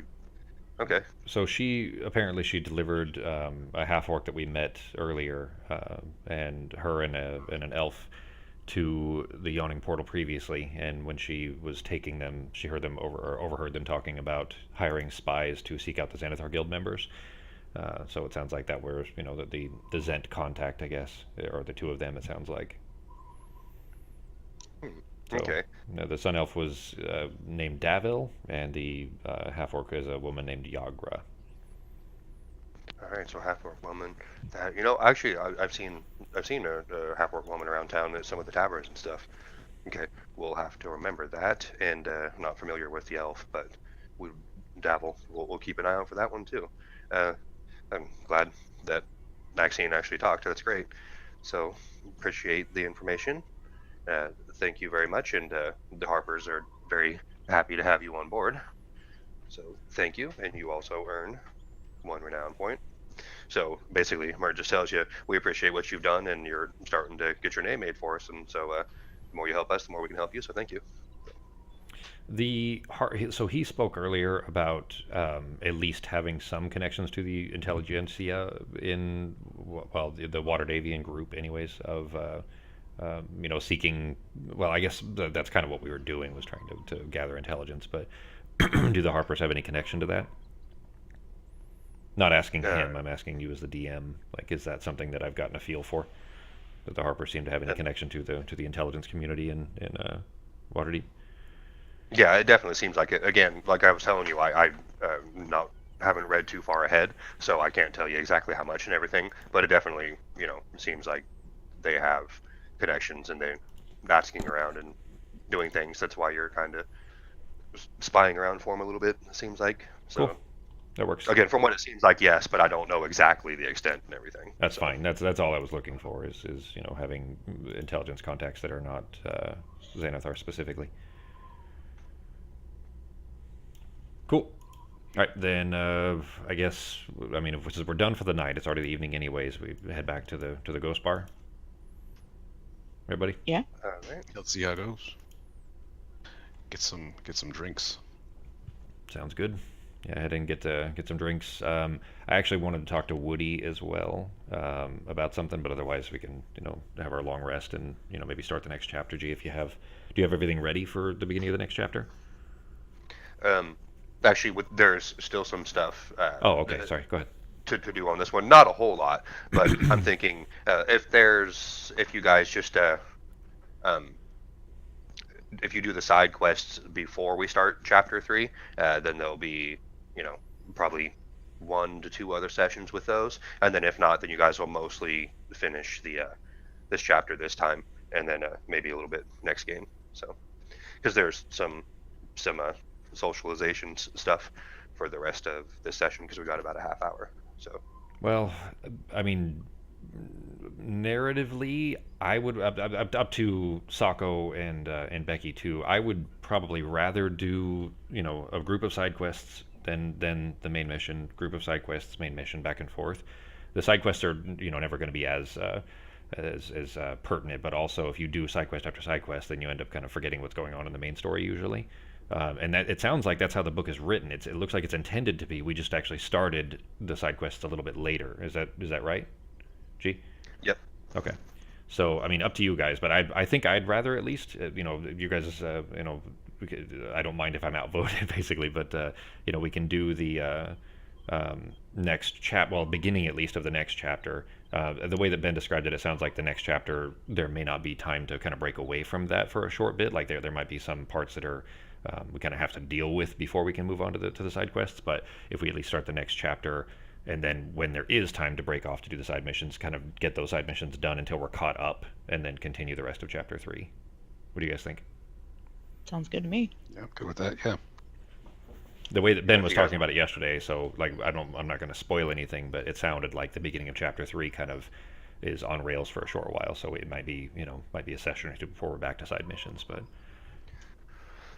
Yeah, because again, I didn't read super far ahead, but not far from the beginning of chapter 3, you guys get forced into the story mission, and that's where the main story mission really takes off and stuff, because obviously you guys have an idea of what's going on, but you kind of just familiarizing yourself with the groups and the town and everything basically so far. So basically, the main part of the main story seems to start early at the beginning of the chapter, but I'm sure there would be times for you guys to finish that off because the side quests that you'll be doing next were meant to be done in chapter 3, which is the next one you're going to start. So if you wanted to, you could do those sometime in that chapter, and then you guys will level up to level 4 at the end of beginning of chapter 4, and then you'll have new side quests for chapter 4. So then you'll just have one set of side quests per chapter instead of 2, if you know what I mean. Well, that so sounds you guys like... can do this. You can do the side quests now if you want to, because they're available to you, because you are level 3. Because we started you guys at level 2, and the mod actually starts people at level 1. That's why it was a little off. Yeah. So it sounds like we're actually caught up anyways. Then it's like we're basically a level ahead. We just won't be leveling at the end of chapter 2 because we already did that. But it's I guess what else is let's finish chapter 2 and then start chapter 3's story, do chapter 3's side missions in there, and then move on. That way we're kind of in the normal pace of things. We'll just be caught up and in line again. Yep. So and that's okay with everybody. So just carry on with the main story right now. Yep. Sounds good to me. Cool. Then what we'll do is so I'm assuming, just to ask you guys, the next session next weekend, I will basically just prep the main story. So do you guys just want to do the main story for the entire session? Mm-hmm. Yeah. Or do you want to start digging into the side missions? Dedicate it. Unless you have Fantasy Costco open. Actually, gee, I keep forgetting. I want to sit down and talk with you about Fantasy Costco because I don't want to put stuff that's too overpowered or whatever in there. So I'm going to ask you your opinion on. I'm not going to give away what's in there, but like generally what. Yeah, would be in there, so that way I don't overpower you guys. Yeah, there are rules basically in the DMG for how what to give access to. price is the kind of the easy point for that, but we, this book seems to give out a lot of gold. But it's not enough gold to buy expensive things anyways. So unless you change the prices too low, then it won't matter too much. Yeah, think small, like a B-sized chainmail. Hell yeah. The kind of chainmail that bee stingers can't fit through. So when you drop your jar of bees, you don't have to worry about like stinging your own feet. Well, that, or did you mean like little sets of armor for your bees? Is that what you have armored bees? Oh, I is mean, that what you meant? millions of small bee-sized chainmail. That's badass. You want an army Indestructible. of armored bees? That'd be sweet. All right, Okay. then. As far like, I guess before taking the long rest, then I wanted to talk to Woody as well. Like once everybody's gone to sleep, or at least the bar's largely empty. Okay, when you guys head back, it's mostly cleanup time. There's one or two people still hanging around. Oh, you guys look over and see your guys' old friends, Jerry and Little Jerry, are hanging out. So In you our guys bar? you guys have stolen customers. Yeah, we've stolen From- regulars from what was that one? That was the one with The the anchor portal. through the roof. No, they weren't the No, portal. yeah, They he were the one- wasn't in the portal. He was in the Skewer Dragon. Yeah, Yes, he was. Yeah.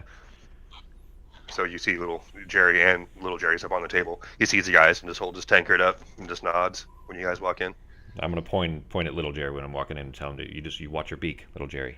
I know, And he I know goes- you got a and he- sass on you. Yep, and he kind of just whips his head around a couple times so that little thing under his neck swings around. And he's just... And, all right, and Sancho says, when you come in, he says, "Hey, guys, how'd it go today?" Yeah, we got some things done. All right, all right. Somebody actually came in earlier, kind of a odd character, and he came in, wishing goodwill and everything. Said he's actually opening a tavern just up the road, and he came in wishing, good wishes and everything. But he kind of, I don't know, seemed jealous. I don't really know if I trust the guy, but What do you look like? keep an eye on him. Let me find his description in here. 1 second, guys.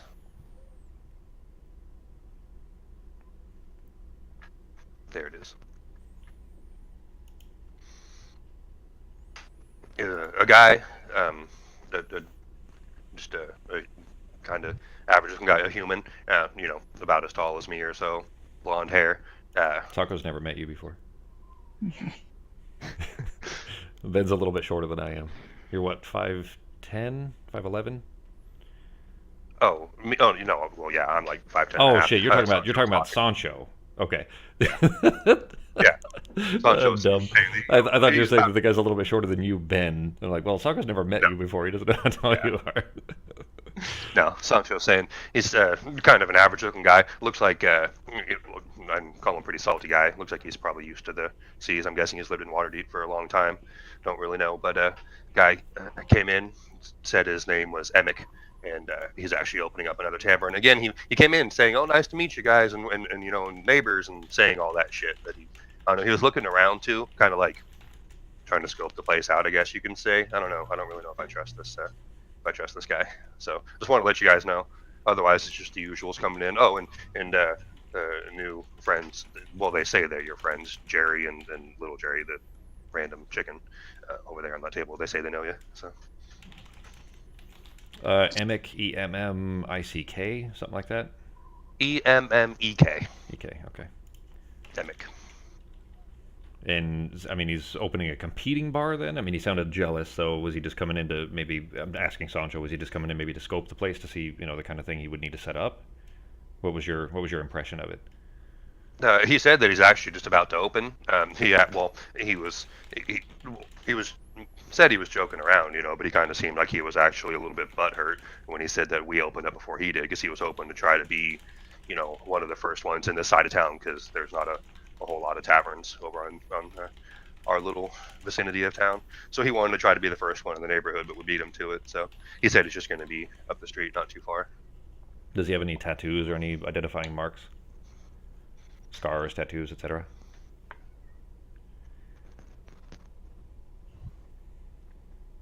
Let me see. I'm just reading it. Let me double check. It doesn't seem to have too much. I'm just double checking him to see if it had any.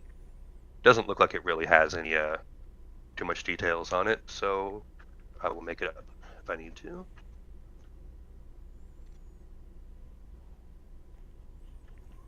It's also only things that Sancho would have potentially seen. So, if he was wearing long sleeves, then Sancho wouldn't have seen an arm tattoo, that kind of thing. Yeah, he didn't really, from what he noticed, he didn't have any like identifying marks. I didn't see any big scars on his face. I didn't see any major tattoos, anything like that. Just about as tall as me. It looks like he's used to the seas, blonde hair. Probably a sailor, you think? Yeah, it looks like he's either a dock worker or a sailor or something like that. I mean, it seems like he's been around the sea for a while. And I'm guessing probably lived in Waterdeep for a while too. But Okay. seems Say what fake. he's naming the bar? Sorry, honey, what was that? Did he say what he's naming the bar? Yeah, he did. Let me see. Let me find it in here. It does say it in here.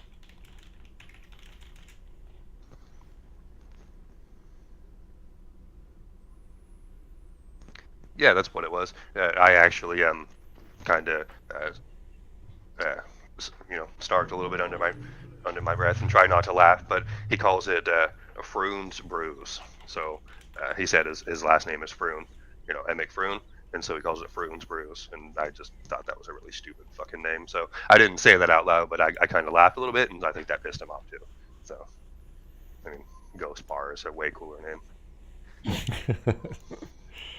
Well, maybe we'll go check out his place once he opens up. See why he's got a chip on his shoulder.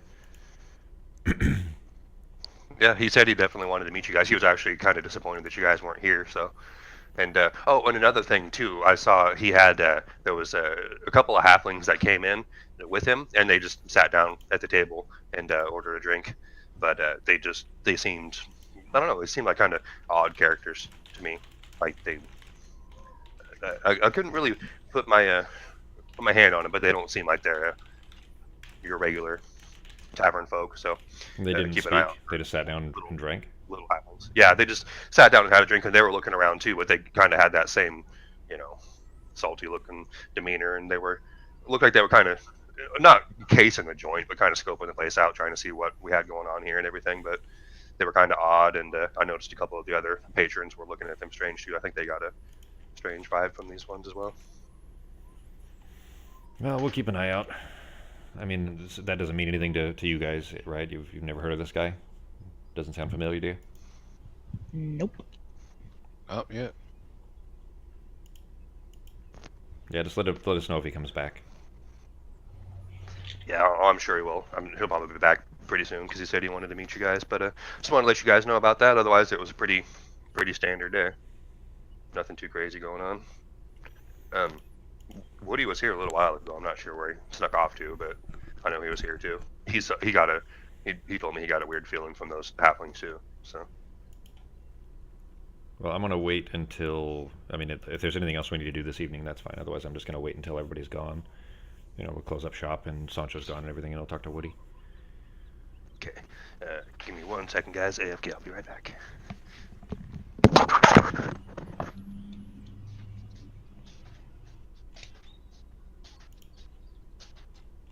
I'll get those back on a short rest. That's nice.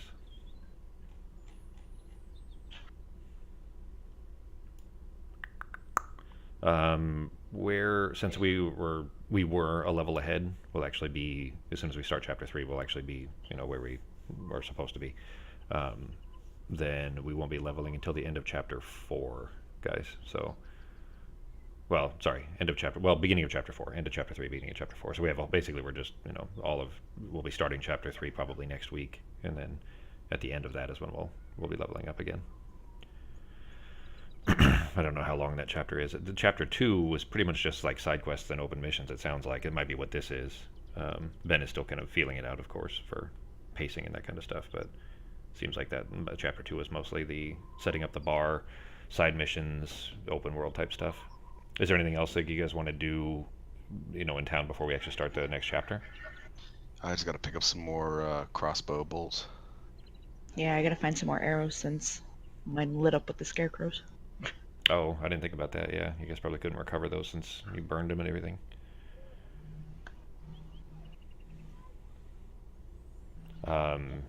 After the game, well, maybe not. I gotta go to work afterwards, but sometime during the week, anyways, I'll get with Ben so that he can figure out what he wants to set up for the Fantasy Costco stuff.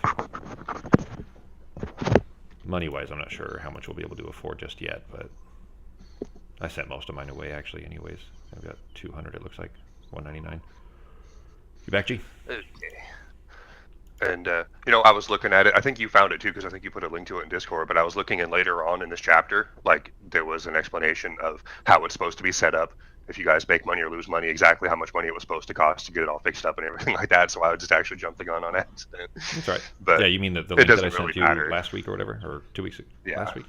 Whenever it was. So that really doesn't matter too much. But all it is kind of just a thing, like, to set it up, like, how much, like, if you guys did good that week, you, like, roll on a D100 scale and all that stuff, So Yeah. I'm not really too worried about that unless you guys just want to start doing that. We can just say it's you guys are doing fine money-wise, because, again, you're one of the only taverns in the ward where you're at in Trollskull Valley area. So Well, we rolled it last time we played, and Sancho, paid us out for the week and everything. I think we got 70 something or whatever, and then after that is when I went and mailed off a bunch of gold. So, Yeah. All right. So what are we doing? So the bar is about to clear out. It's closing time. So Jerry and Little Jerry wave at you guys and say thanks. See you guys tomorrow. And they leave, and they're the last ones to leave. And then you do notice that you see Ghost jump around, and like something startled him, and he gets up and kind of walks a little bit slow and kind of like arches his back and gets real low on the ground, and then he like jumps and pounces on something, and you see him batting something around on the ground, something little. Oh no. I'm gonna go over and take a look at it. Okay. You go over there, and he's barking, going woof, woof, woof. He looks at you when you walk up, and he's like, "Hey, Mom," and starts wagging his tail and stuff. And you look, and like there, you see this rat running, and then he whacks it with one paw, so then it runs towards the other way, and he whacks it with the other paw, and then it runs the other way. So, Stop playing with your food and just eat it already. all right. So he picks it up, and then he takes a little snack and eats it and walks off. And then he goes and lays down. Woody pops up and he's like, "Oh, all right, everybody's gone." He's like, "Hey guys, how'd it go today?" Not too bad. I got an idea, Akasha, for another side business where we can make some more money. Oh, is he gonna be like a rat catcher? Yeah, like ghost pest control or something. Get him a little hat and a clipboard. Yep. So Woody's like, so what's the idea? What idea? Oh, okay, you were just joking around. I didn't know if you actually had an idea. Oh, I was just kidding. Yeah, I was just saying Ghost okay. Ghost could be a pest control company. And he's like, "Yeah, actually, probably wouldn't be a bad idea. Huh? He seems to be pretty good at that. Although he'd spend more time playing with it, so if we pay him by the hour, it's not going to go so well. But Actually, now that sounds like a pretty great normal around idea. here today. Yeah, I know, huh? He said, "A pretty normal day. I saw there was a guy for some reason with a rooster that nobody thought was odd, sitting up on the table, and sticking his little beacon in the ale glasses and getting a drink here and there. Yeah, So keep an besides eye on that, him. though, pretty normal day. Keep an eye on that rooster. He's kind of a mean drunk. I don't know. That old man seems kind of harmless to me, though. That chicken might be mean, but Yeah. gave me a bad coupon one time. The chicken's writing bad checks. And he says, "So what's up? Did you want to talk to Woody?" G? Yes, but I'm waiting for Eldor and Akasha to go to bed, or at least not be in the room, anyways. Okay. Then, did you motion to Woody or what? So. that you I wanted mean, to- I'll just be hanging out at the bar until it's empty. Okay. So, you guys gonna prop up and have a drink, or what's up? Yeah, I'd probably have like one drink and then head up to bed. Okay. Yeah, same. Just one drink and sleep. All right. And when you guys are heading up, Eldor, you do notice that running along the wall, you hear a couple squeaks and see another little rat running around. Oh, we got a rat problem here. Where are they Yeah. coming from? Well, Ghost likes them, but I don't know if he'll be able to take care of it. But either way, yeah. So Ghost got one, and then what she ate. So it must have been a different one that Eldor saw. So because Ghost ate that first one. Did I see where the rat came from, or the direction that it came from? You were going towards your room, and he was walking opposite of you down the hall, and then actually saw you and kind of skidded away and snuck up under a little hole in the wall. So. All right, I'm just gonna make a mental note of it and tell everyone tomorrow morning that we might have a rat problem. Okay. Yeah, because he ran through the wall. So looked like there was a little hole in the wall there near the floor. So, all right. So you let everybody know that there's a rat running around. So, and you guys went off to bed, and Sancho's gone. So it's just you and Woody, Ralph. And All did Ghost go with you, honey? After he's done probably hunting down another rat or two. he'll go to bed. We don't have to, He's we a don't big even have a cat. food bill for him. He can just feed himself. Yeah. Well, I'm sure he'd be happy to do that all night, but he goes with you. So. All right, I'm gonna make a perception check, looking around, make sure that nobody's sitting around, like that there wasn't somebody falling asleep under a table or anything like that, like a drunk person. Bar is All right, completely empty. Nobody's listening in. Yeah. Perception check, please. Just did. Got a 19. Oh, good. Okay, that's a good one. No, you don't notice anybody around, but you do hear the skiddings and stuff like that too. And then you heard a skidding from outside, but you don't think you would have been able to hear it if it was a regular size rat, I guess you could say. Like, well, you, from how far away that outside sound sounded, if it was just a standard size rat, you wouldn't have been able to hear it. So. Kind of squint a little bit and turn back to Woody. Woody, has this rat problem always been the case, or is this something new? We've seen at least two tonight, and that sounds like there's something bigger out there that's of a similar genus. He says, I don't know. I haven't seen anything except for normal sized ones, but when we got this place cleaned up, there was rats before, yeah, but we got rid of them because when we got rid of all the old rubble and, the trash and everything that was built up, they left with it. So this is new for sure. I don't know what the hell is going on and where these stupid rats are coming from, but they better be teaching turtles how to learn ninjutsu or something. The noise outside, did it sound like, basically, is it trying to like claw through the wall, to get into our bar? Or is it like in the street outside? Like how far away are we talking?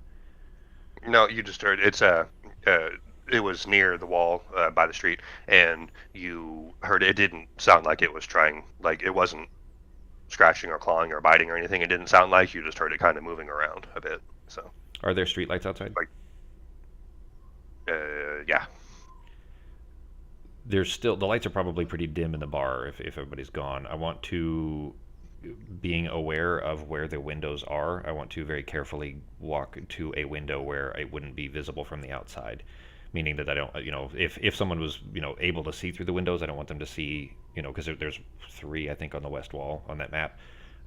So walking straight towards the door or something like that from the bar, so that it wouldn't be necessarily visible, and walking quietly towards the door so that if anybody was outside looking through the windows, wouldn't necessarily see me approaching the windows, and then I want to peek around the corner without being visible to see what it might be the source of that skittering sound. Okay. Without alerting whatever it is. All right, please give me a stealth and then another perception. All right. 16 for the stealth. Okay. And perception. Oh, I should have rolled that in the here. I'll roll that in tower actually. There you go. That's okay. Get used to that. Okay.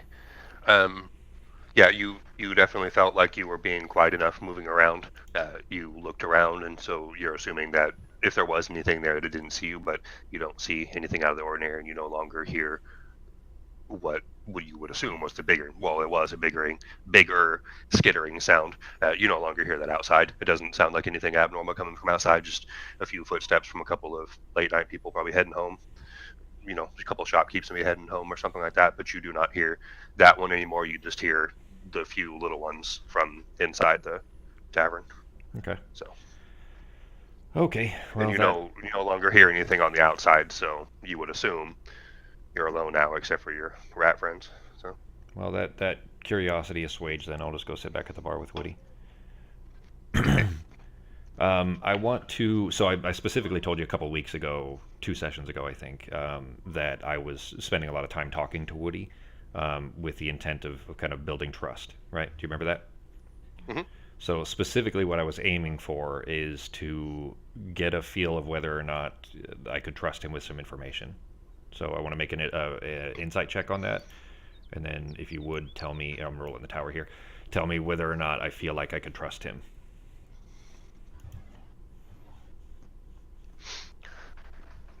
You think you can, because again, he's lived a long time and seen a lot of stuff, but you feel like he's happy to have friends, if you want to call it that, acquaintances, at least people that know he's there and he can be himself and everything. So uh, I mean, you wouldn't really know for sure because you've never actually entrusted any information to him, but you don't think, at least, that it doesn't seem like he's going to go running to that new rival, Emmek's place, and go work for him and give up information. It doesn't seem like that. So I mean, life or death stuff, you're not really sure, but he seems for the most part trustworthy, though, from what Okay. you've gathered so far from the few weeks of knowing him.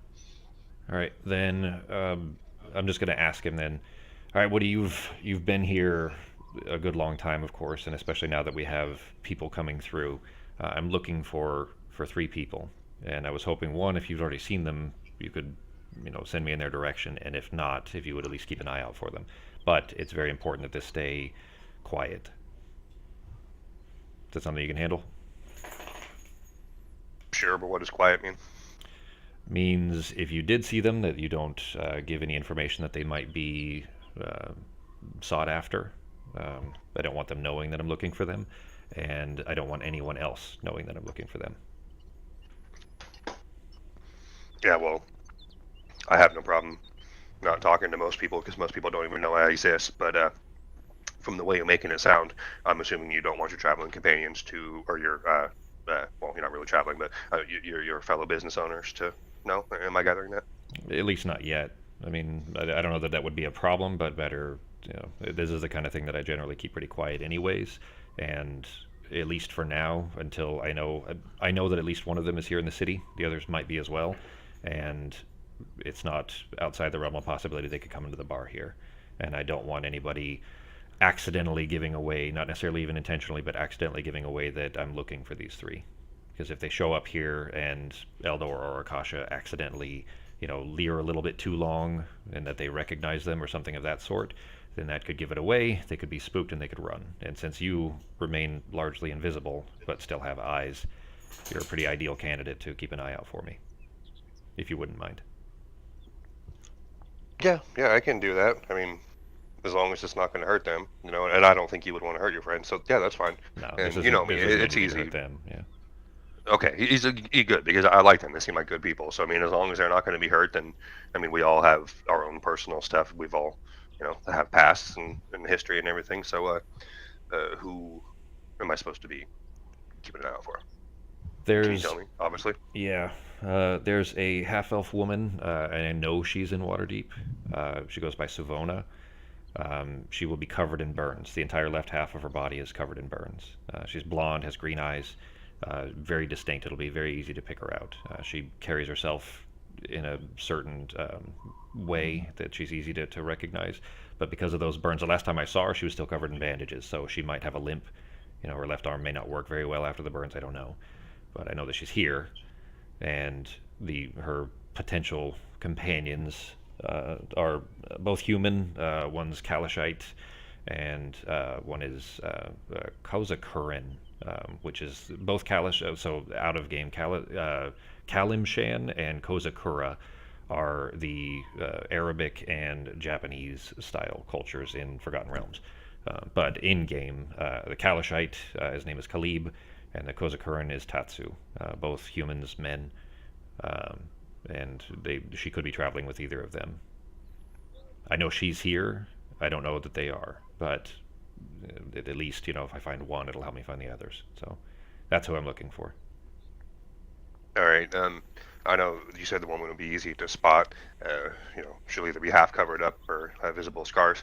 The other two, I understand what their skin tones and stuff are going to be roughly, but any other things that I should know about to help me identify them? Because big city, Waterdeep, there's a lot of different ethnicities here, as I'm sure you know. Yeah. So they might not stand out, Well, Tatsu is dark hair. The Kazukuren features certainly, but both are covered in general small scars. Lots of, let's say, wounds of the trade that have healed up. You'll see a lot of pock marks on their arms and hands, things like that. But beyond that, the two of them, I'm not even sure that they're here. But if anybody of those descriptions, Kozakurans and Kalashites aren't certainly very popular here. The Kalashite will be dressed similar to me. The Kozakuran is in more of their traditional attire generally. They could be trying to hide themselves though, so they could be dressed entirely differently for all I know. But it'll be a lot easier, of course, to spot Savona. I mean, the burns were covering her face as well. It'll be pretty hard to cover up. Yeah. So, all right. Basically, What what was Tucker? that? Said call her the Hound. Yeah. Actually, I didn't even think of that. It is a little bit like that, yeah. Not face put into it, but the kind of burns that a significant explosion would have caused. Okay. He's like, all right, so I know I'm looking for a man, or two men, and a woman, and they are basically going to be covered in scars. So I'm pretty much just going to look for the people with the oddest kind of scars that don't look like them. So I'm guessing they're not, dagger wounds, arrow wounds, kind of a little A bit bit of different. that too. I mean, you probably wouldn't see those. Most of those are going to be covered.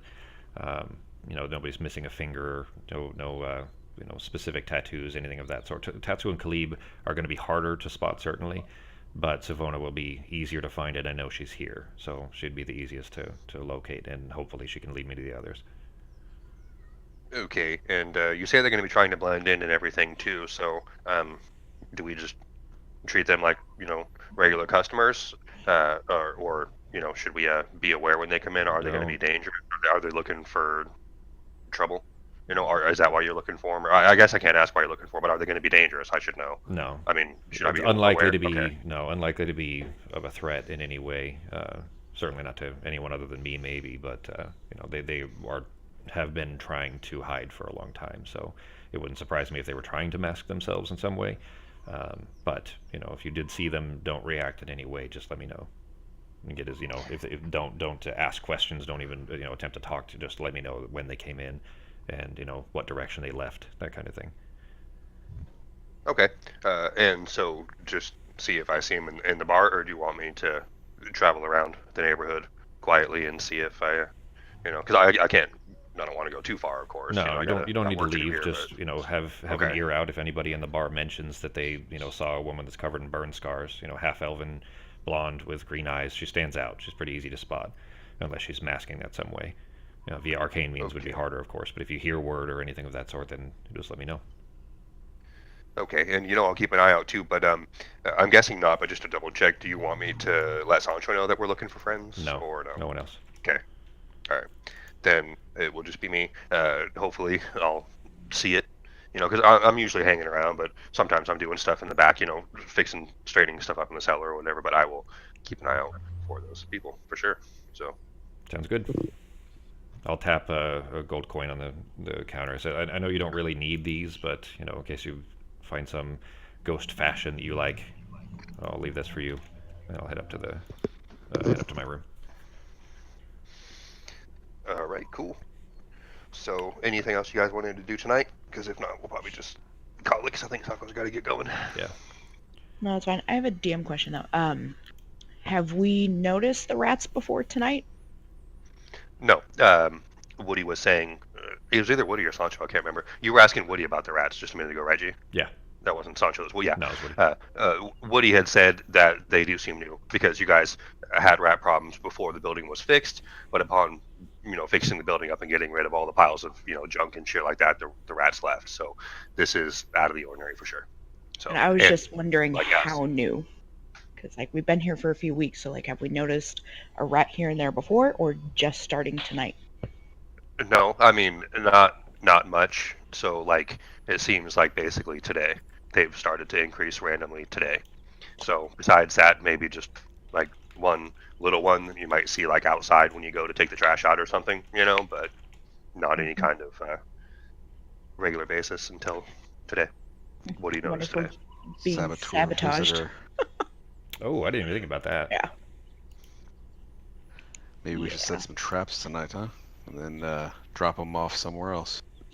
I'm Like, wondering if the scurrying outside was, somebody dropping off, like after you said that, Becky, I wonder if somebody, the noise outside was somebody dropping off like a big bucket of rats. Yeah, like Emmett. somebody who's opening up a bar Yeah, downtown. exactly. Like Emmett, opening up the bar and trying to fill us with rats. And that's actually exactly what it would have been too. There just would have been a crate that says Acme Bucket O Rats, and then they just like pry it open with a crowbar, Yeah. and just like a line of rats go through there.